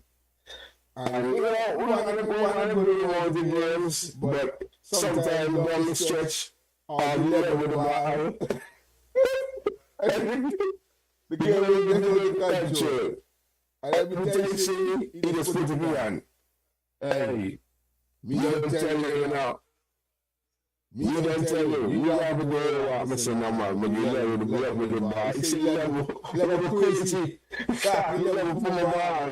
And you always need to say, from the ball. Because he was artist. Every time I win game, losing game, whatever the situation was, I report to Charlie. Because he was artist. In our mind, he was really the backbone of the community. There was nobody else that we felt, you know, responsible to, or we felt that we had to look up to, or we felt that we had to be accountable to. You had to be accountable to Charlie. When the game done, Charlie can't park in the car or walk from the game 10 o'clock at night, and he can't park it. It's a laugh. He said, what happened in the game today? He said, bear in mind, right? I go to the city. So I tell me, like, tell me what happened in the game today. And then start to cuss. He sees this for one of the because he called me. So me tell you. You have to let us sit down. He said, I'm in the chat. If you in the chat, you must give me the defense for the whole game. It was remarkable. He really had a knack for, you know, leading, mentorship, you know, just being that resilient person that we could rely on, you know. And whenever we felt like, you know, hey, boy, you know, I can bang a man to the Charlie said, let me tell you something. And it embarrassed me, see? So go to do our best. And a lot of times we did our best. Sometimes we won, sometimes we didn't really care. As long as we played to the best of our ability, and as long as our, you know, kind of behave like I know how to do. He was good at that. The one thing I want to find out, you know, Charlie was chatting to 5 years as coach. Every day. Every day, Hey, the Kumba The Kumba by the time the game start, make sure you come ready now. Make sure you come ready. I by the end of the game, hey, the Kumba go ready. I want to coach. Matter of fact, me take over. Yes. After a while, I understood it was part of the motivation. But yeah, he kept the iron and hard to the fire. But I learned a lot. I learned a lot from him. Not just, basketball, but just how to conduct myself as a business person. And he spoke to me on different levels. He wasn't just basketball. He allowed me to he always made me talk. And then he say, listen, John, that not work. John, do it this way. John, as long as, you argue with them people. When I started working with the government, I was probably one of the youngest, HR technicians in public administration. And one day I had a meeting and I went to Charlie and I don't know if he understood what I was saying, but I said what was going on and Charlie started laughing. He said, listen to you, listen to you, really waste of time. You do what you need to do what you're supposed to do. And when they talk, you just laugh in your head, like I'm tired to just laugh in your head, like you're honest. And it worked. It worked, and man, I miss him all that. Trust me. Yeah, man. That's okay. I know Charlie. Not Charlie. He's a man that you love winning. You want to win. If you're not doing a good coaching job, he may get rid of you. You know what I mean? So, but that's the nature of Charlie. It's all fun. You know what I mean? He wants to see the team do well, and everything, man. Everything for Charlie was about competition. I tell you, I keep saying it. But that's the overall part of see. The overall part, see, is about competition. You all believe you're the best. And if somebody say the better than you, hey, you have to go and play. We have to go and play.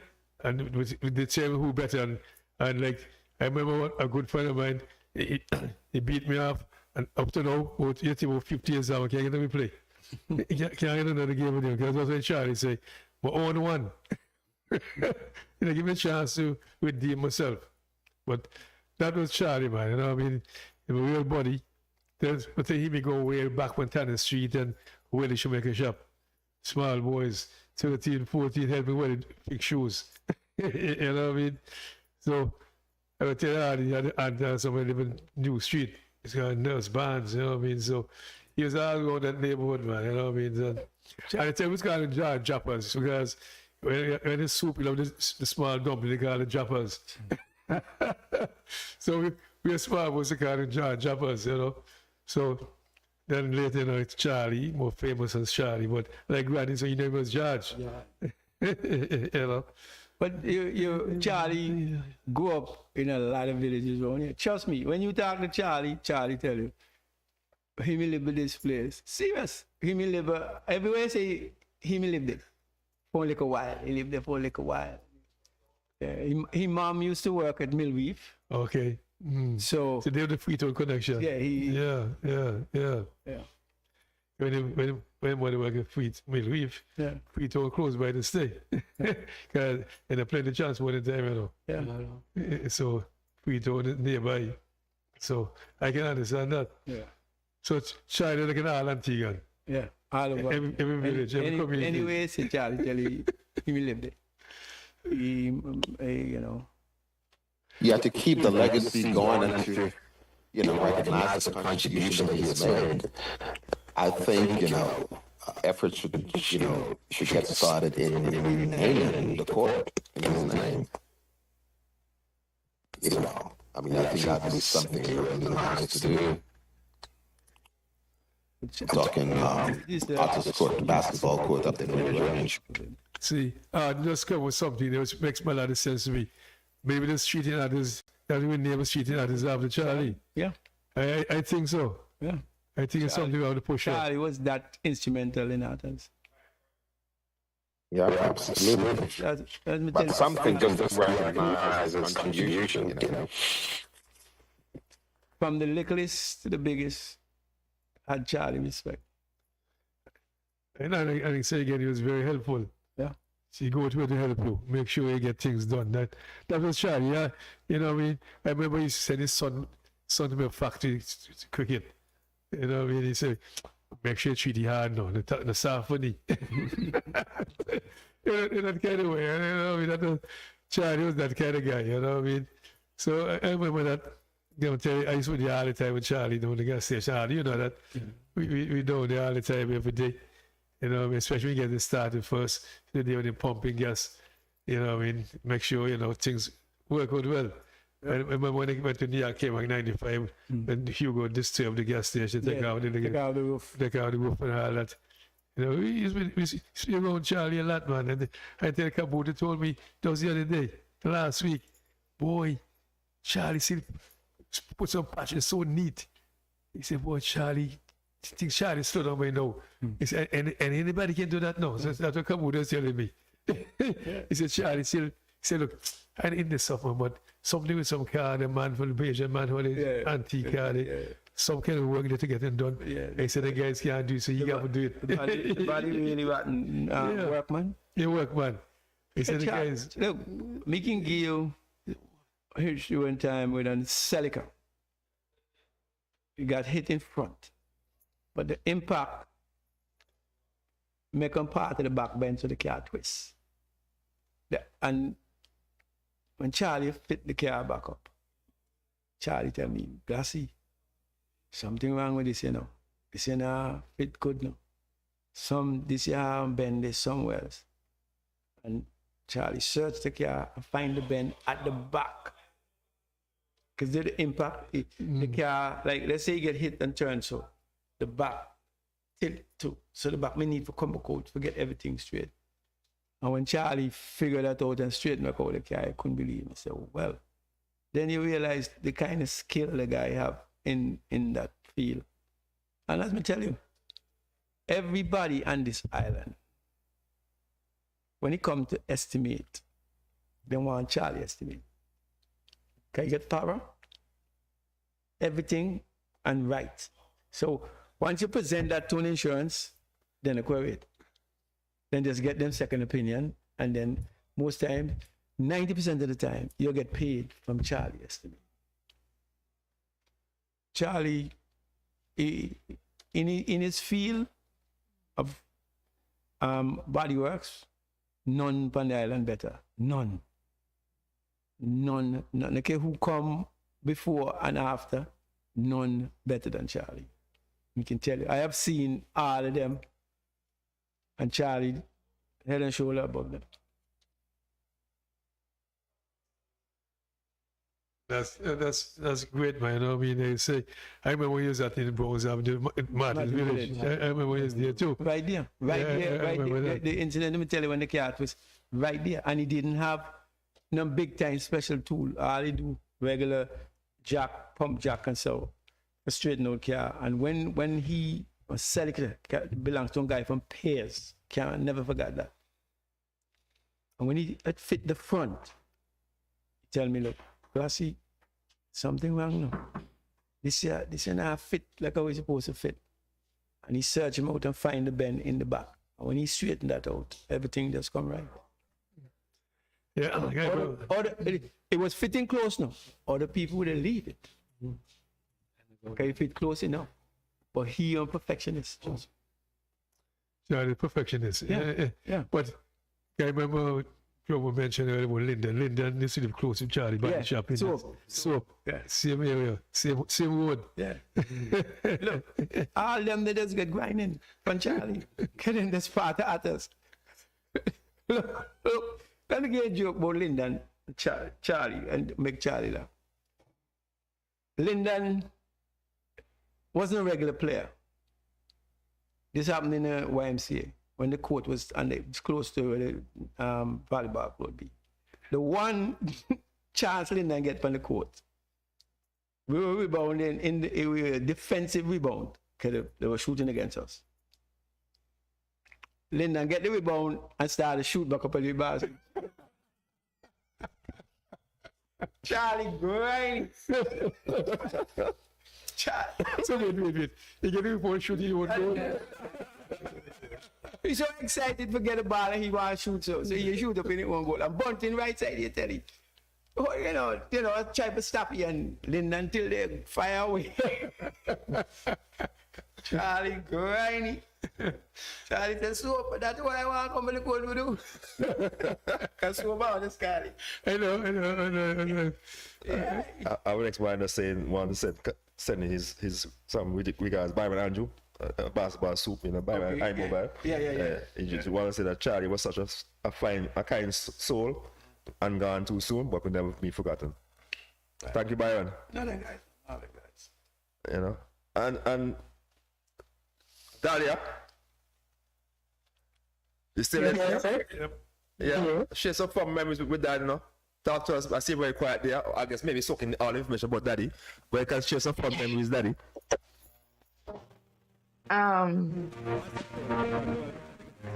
That's maybe Noel. Okay. Noel.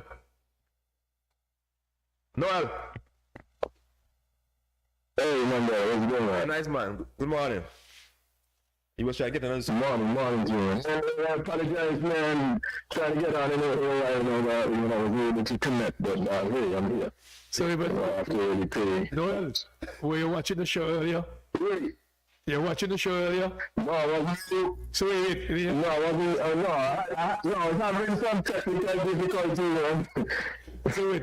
I was having some. Oh Lord, man, I understand all these technical things. Yeah, you can't move vexed on me. Boy, tell you can't move vexed. That we want to. I really want to see everything everybody was saying. I do things about Charlie, man. But I want to say something that happened with you. I want you hard telling lies you are not. The same something good and something bad. It's something goodish. You say, and they tell me that they tell me that the Charlie I was playing about. I just left, right, and center about that game. When Charlie does it, you see that all in his sleep. Yeah, that was a game that we should have been doing that game, but hey, we can't play for that game, so we have to move on from that. But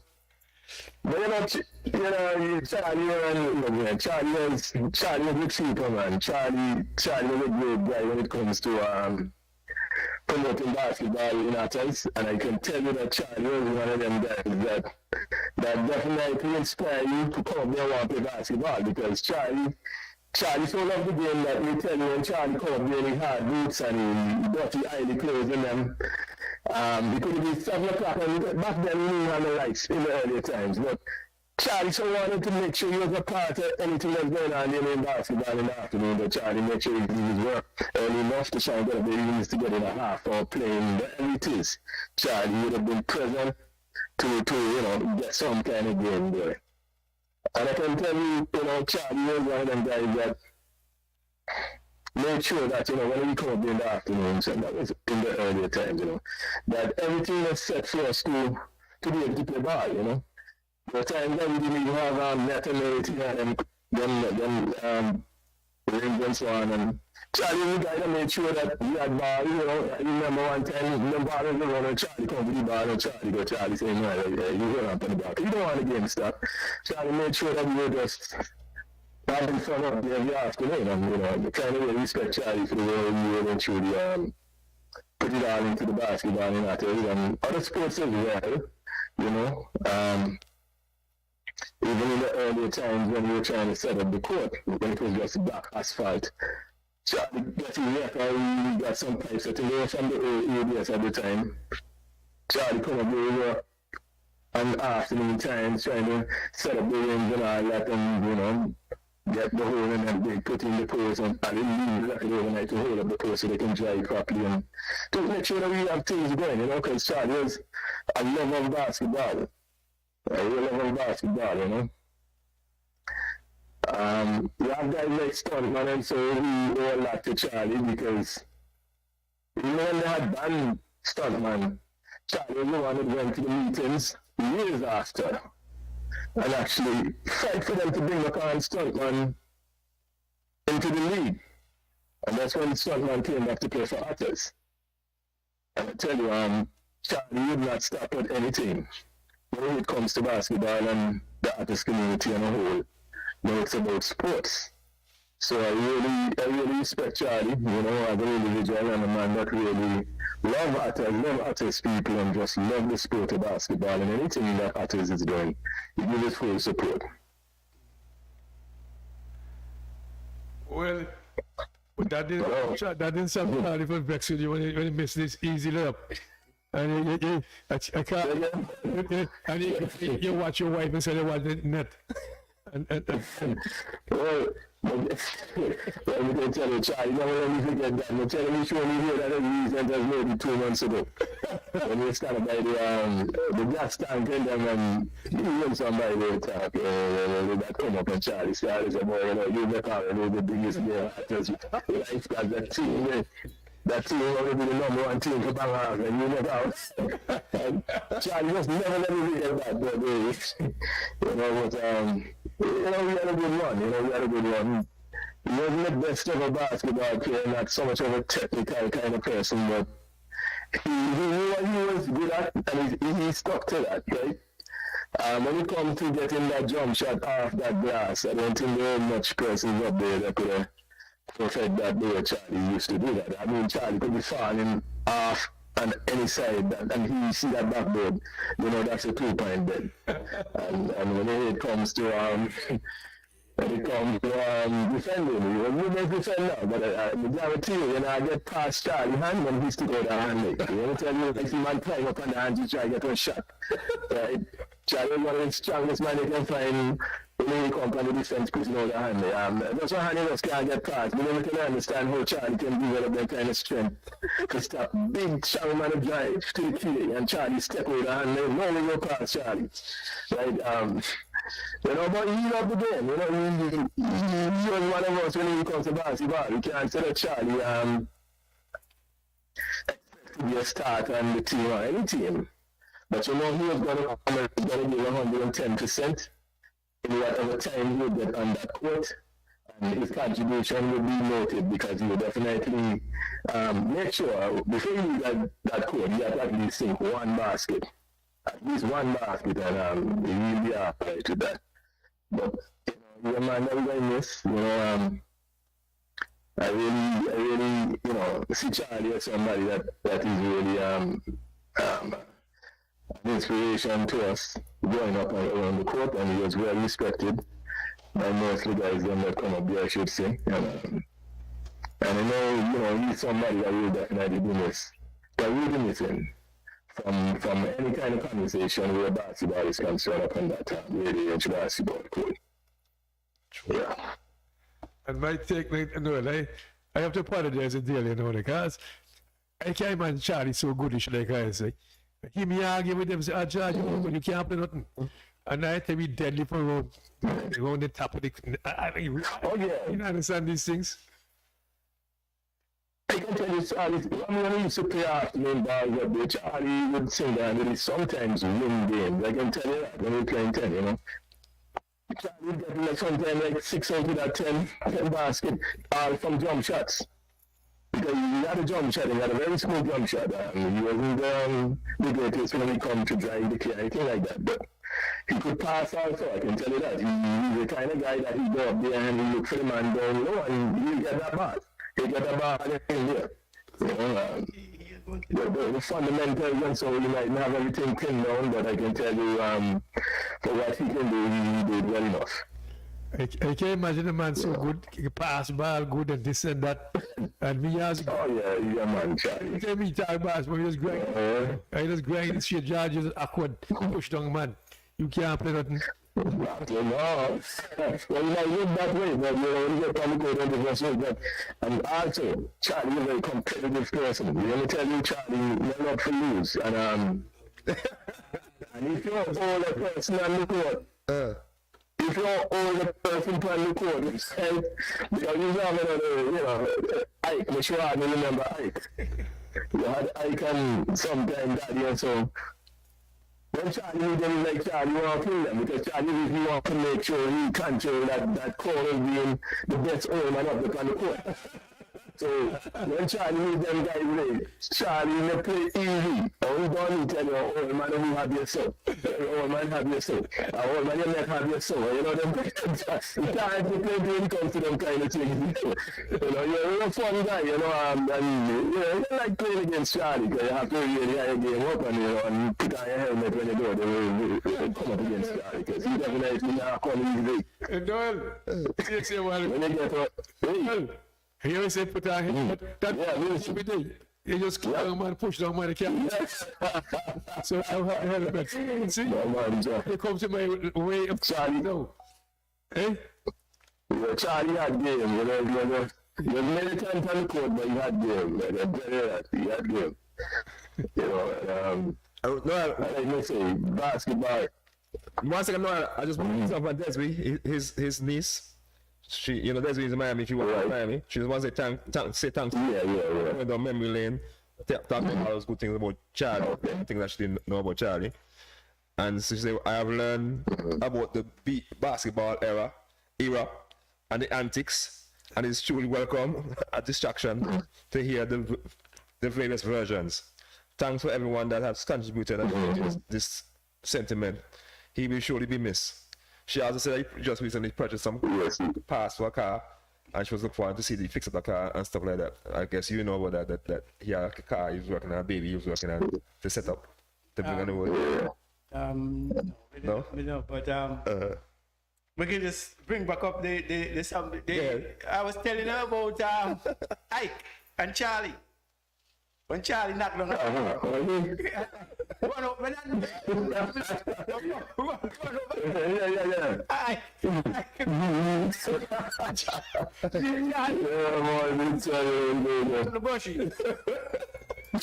Oh, yeah, remember that. Yeah, that was true. Remember that, Blancy. Remember that for real. Yeah, Charlie, thank you, man. Charlie, you know, and him, I just curse plenty, man. I tell you that. Yeah. Him, I just have it out because, you know, they feel well. They haven't the best home and up them, Charlie. Definitely not nobody come up, they can stamp off me. One so once they come up there, Charlie, I give a put your birthday down. It is up on a certain level, trust me, wow.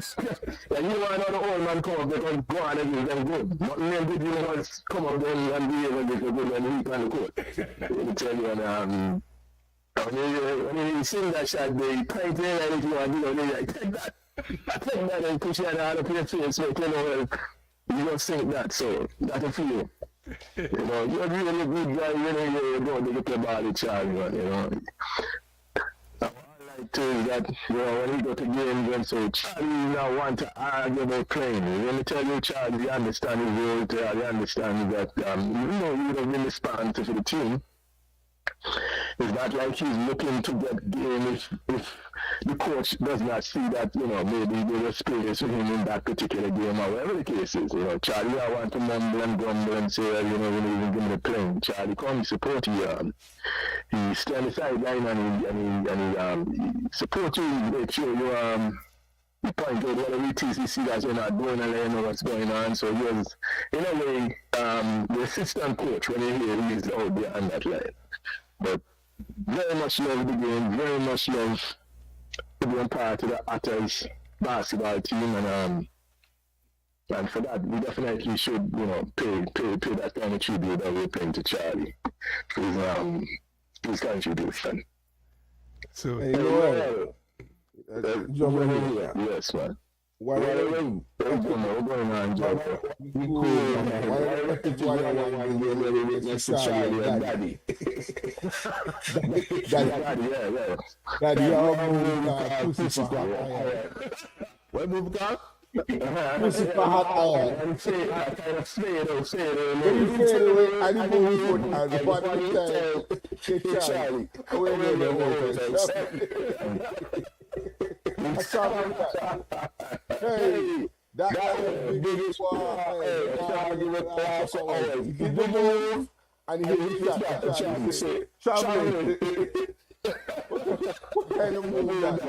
Let me tell you, and now you said that you about Daddy had the most um how to put that, but I know I said he that. thinks he's more than anybody else. More than anybody else. Yeah, and the man who after the game, the man open the line, just curse basketball, they want to know the straight.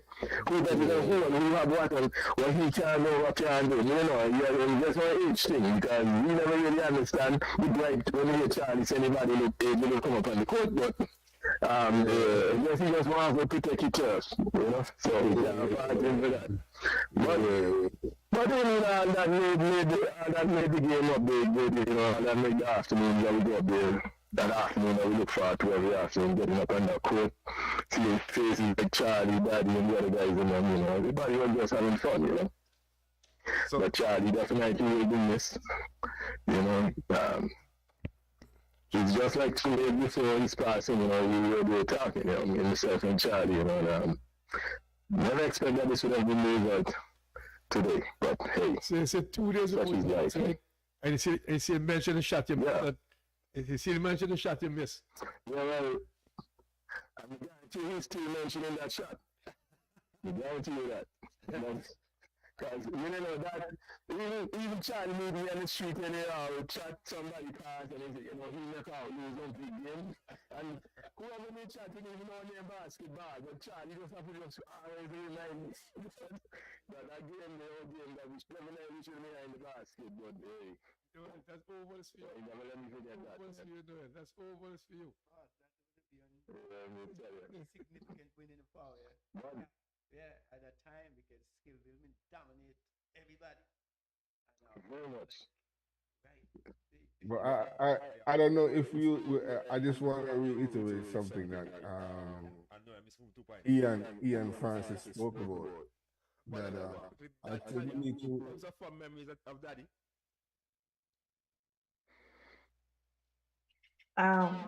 I can give you a few that come to mind instantly, but I remember when I used to go to swimming lessons, and after a while, me and my daddy went to the beach this one time because I mentioned that we love going to the beach. But we went to the beach this one time, and he realized that I couldn't swim.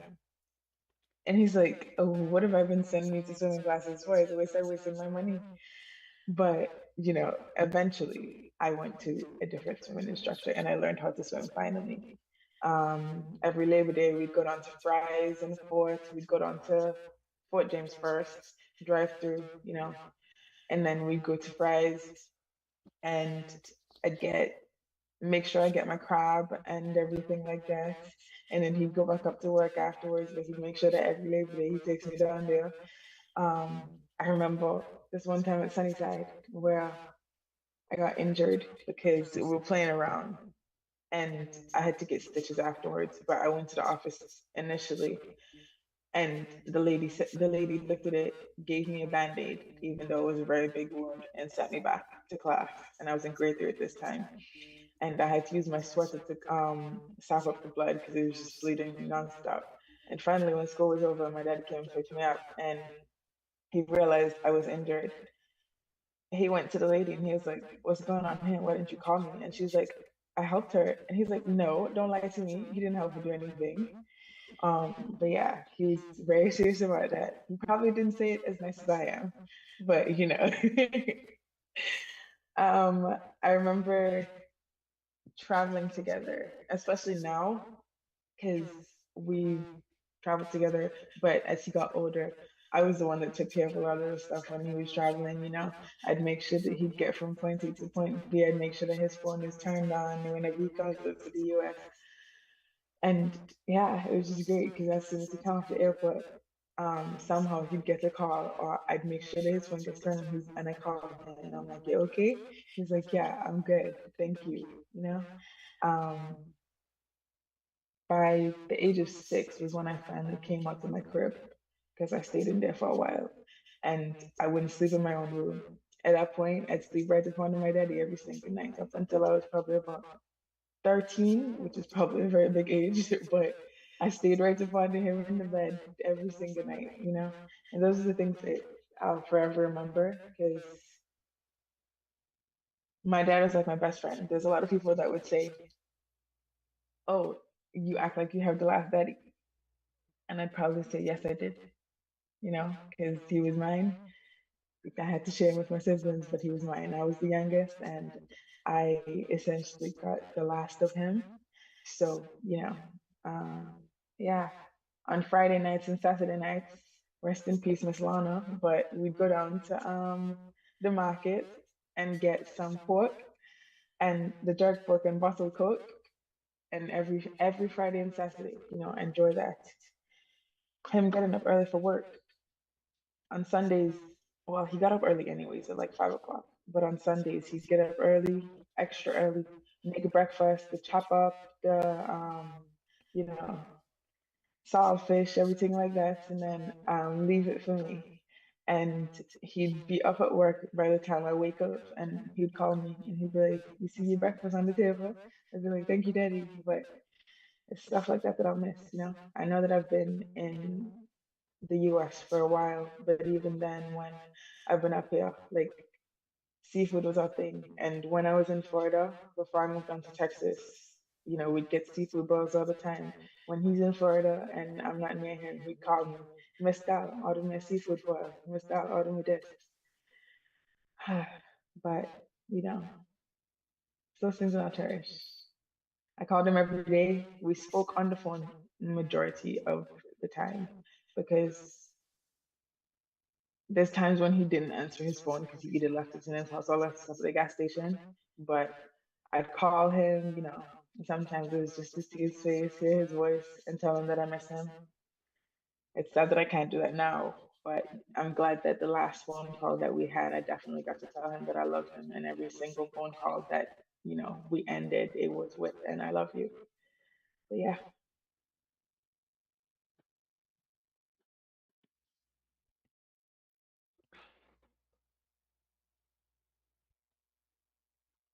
Yeah.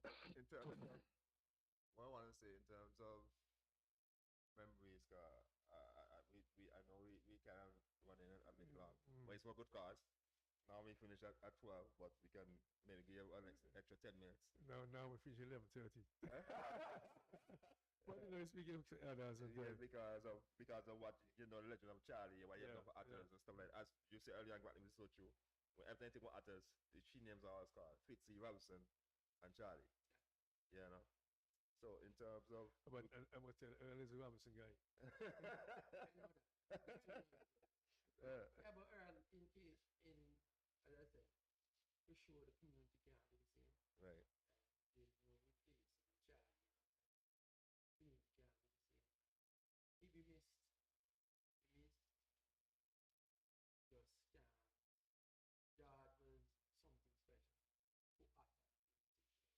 basketball. Yep. One of the hardest working man, both on the court, in business, all around.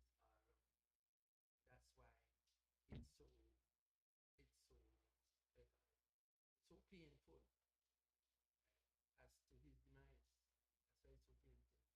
Because you just can't believe that somebody who all the right things as you consider right, right, and has that kind of impact and just what seem like senseless. Because that's what it seems like right now. The whole community, maybe the whole island, waiting for closure no matter. True. Because nobody get no explanation. Nobody tell you anything that make any sense. It just don't seem right. I can't put it any way. It don't seem right. But it is what it is, and we have to continue to give thanks and praise. But George will surely be missed. No two ways about it.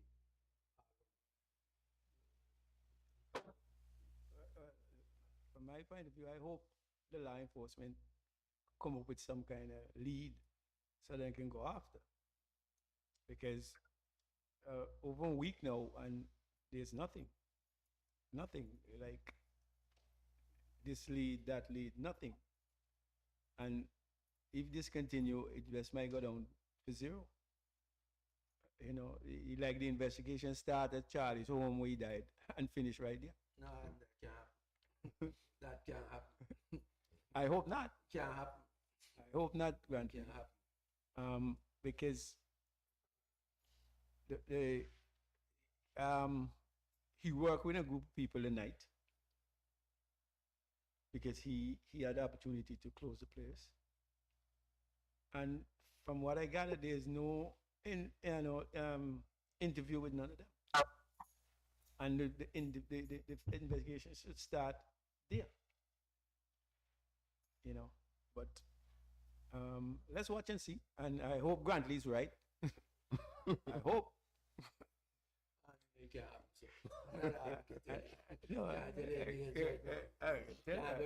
I hope Grantley's right, but from where you see how things are going in this country,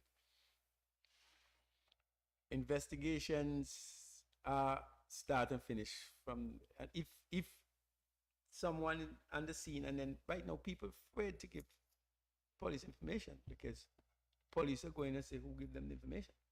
That's not good. And that's not good. No, still there? Yeah, I'm still here. I'm still here. But for a week now, and some at least you should hear some reporters too. We're investigating. We have this suspect and something. Nothing. Well, let's hope they work behind the scenes. I hope so. Yeah. But no, in terms of some of memorable moments with Charlie, if you can pull two out your hat and tell us. We don't want to hear about the one you miss. You don't want to hear the you miss. Well, that's the one I mostly want to forget, really. But that's not going away. But I don't know this part, and it might be a little easier on me. But I know, there are many times I can remember when I could recall times that, what I can say, during the time of basketball leagues, Charlie would pull me aside a lot of times and say, "No, you have to show up today. Today the guy want you to be you." And he liked to put it on my shoulders in a way to make me feel that if I don't play my best game, we're in trouble. No, Charlie's not the kind of person that's gonna let you just read away and come and curse you and tell you, you do shit and this kind of thing. Charlie will talk to you, where you're going wrong. If you feel a little timid out there, and you tell you, and you like to use that word, you're playing too timid. You need to get a little more tough against them man, because the man come with from the best game, so you have to show up with your best game, and you always be making sure that you motivate you and make you feel a different way. You have him in your back, so you can actually put your best foot forward. And Charlie was really an inspiration, and that was one of the times that I can say Miss Charlie when it comes to motivating me as a player back then. And just his support all around. He never ceased to amaze me how far he would go to state that, the game would go on for us in the community. Like I mentioned, even with the situation with Foy Clark, aka Stuntman, I think, if I'm not mistaken, that was a ban for life. If I'm not mistaken, it was an indefinite ban because it was several years before I could not play basketball. He was a national player when the ban came about. And Charlie, I remember one day saying, I think he had picked me up someplace and he said, "I'm rushing to a meeting because every meeting they call, he making sure that he's present because he need to speak on Foy's behalf. He want to make sure that Foy come back to play basketball because he think Foy had a lot to offer to the actors team, and he just wasn't going to let that rest. So he would actually cut his work, whatever he was doing, probably losing money, just to make sure that he would show up to give his contribution to whatever it is to support Stuntman getting back on to play basketball in the league. And that was history because Foy came back and he was an impact, and this community was vibrant again. We had a good team and we were playing really good basketball during that year. But that was the kind of man Charlie was, and I'm sure that persons that was close to Charlie would tell you that Charlie will be miss greatly for more than one thing in his life because he was a man of many talent when it comes to dealing with people and dealing with other things as well. So I'm sure it's an all-around loss for the community. And he was firstly one of Atter's man, because I can tell you, when you call people that you say are die-hard Atter's people, you can't leave Charlie out. And honestly, I think what is nice in the community, because I'm sure he had opportunity where he could have lived elsewhere, but Charlie definitely did not want to be out of the community, I believe. And sadly to say, he died in the community. I just want to say that I think the suggestion that Ian Francis made, Andy made, is an apropos suggestion that we really do something to solidify his legacy. I think the idea of living in the park or the street is something that we ought to take to civil authority in terms of putting that in place so that, generations to come can know who and what Charlie stood for. What's that? Well, Dahlia, as we look to wrap up, I'll give you the first go. I just want to say thank you to everyone who sharing stories about that. I didn't know much about his basketball career because he didn't speak much about it with me, but it was great hearing about it and hearing how much he impacted everyone of this call and the artist community and essentially the rest of Antigua. He will definitely be missed. I still haven't wrapped my head around the fact that he is gone. Every single day I go to pick up my phone and say I have to call already, and then I realize that I can't anymore. But thank you for having me today. I do appreciate it, and yeah. You're welcome. Ian? All right. Hey, Noel, how you doing? Yeah. Well. Right. But yeah. Yeah. You too. We just have to keep this legacy going, and it's too bad this is not on one of the national radio stations.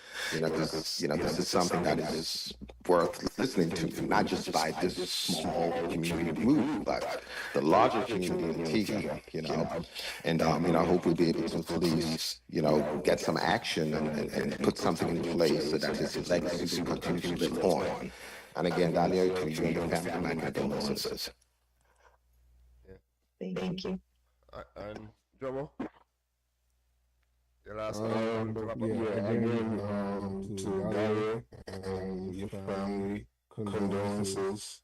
Your dad was a great person, and we all loved him for different reasons, but he loved us as well, and he was very careful to, even in jest, as he said something, he never left a bad taste in your mouth, and he was just an all-around good person. And I just know that our community is not going to be the same without him, and we'll do something to keep his memory going. And I think he's a legend in Antiguan society. True. Noel? Yes,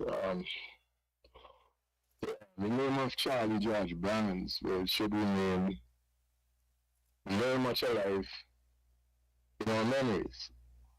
And I do agree in finding a creative way of paying that tribute to Mr. Barnes. There should be something that should be there to promote his legacy and to remind the younger ones that, there once was a giant in the community by the name of George Barnes. And I just trust and hope that they will find person or persons who had committed this crime and Charlie, and his family would get justice, and the wider community matters. Because it's something that hurts everyone. It's something that I'm sure up to this day everybody matters is feeling, and the wider field.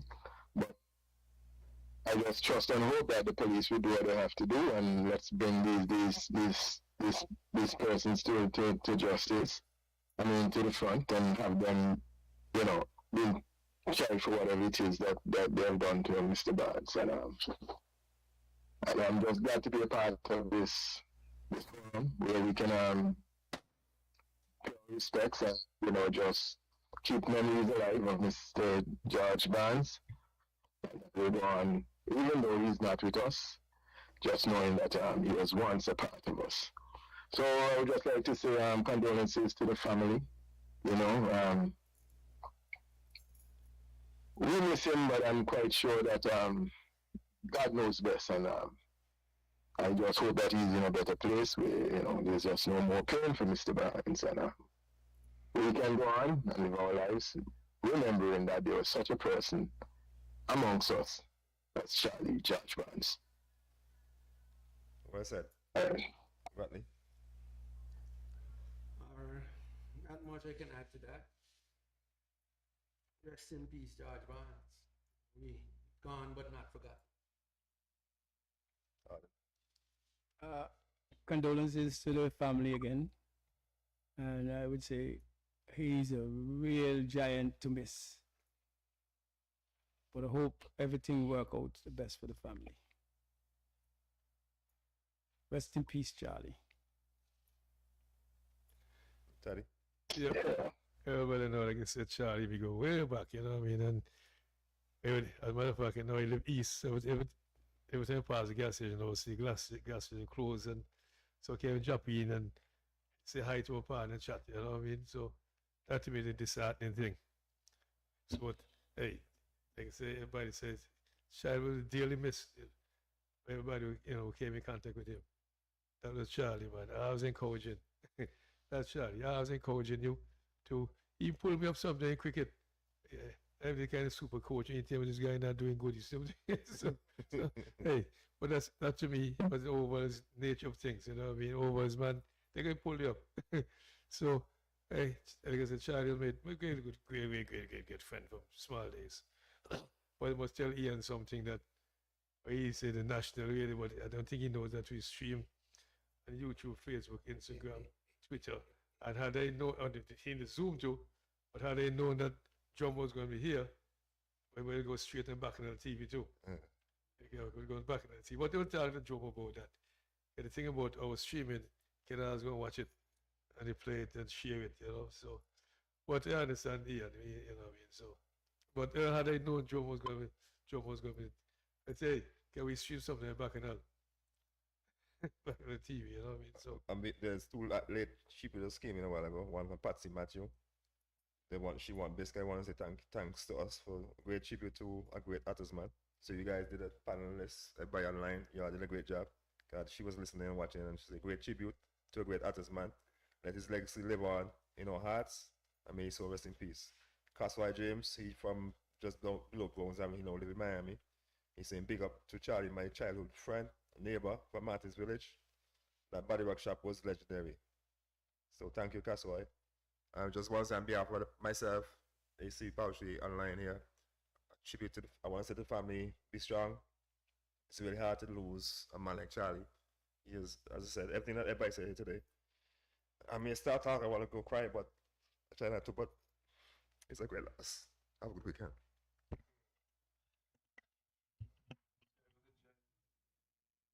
Yeah.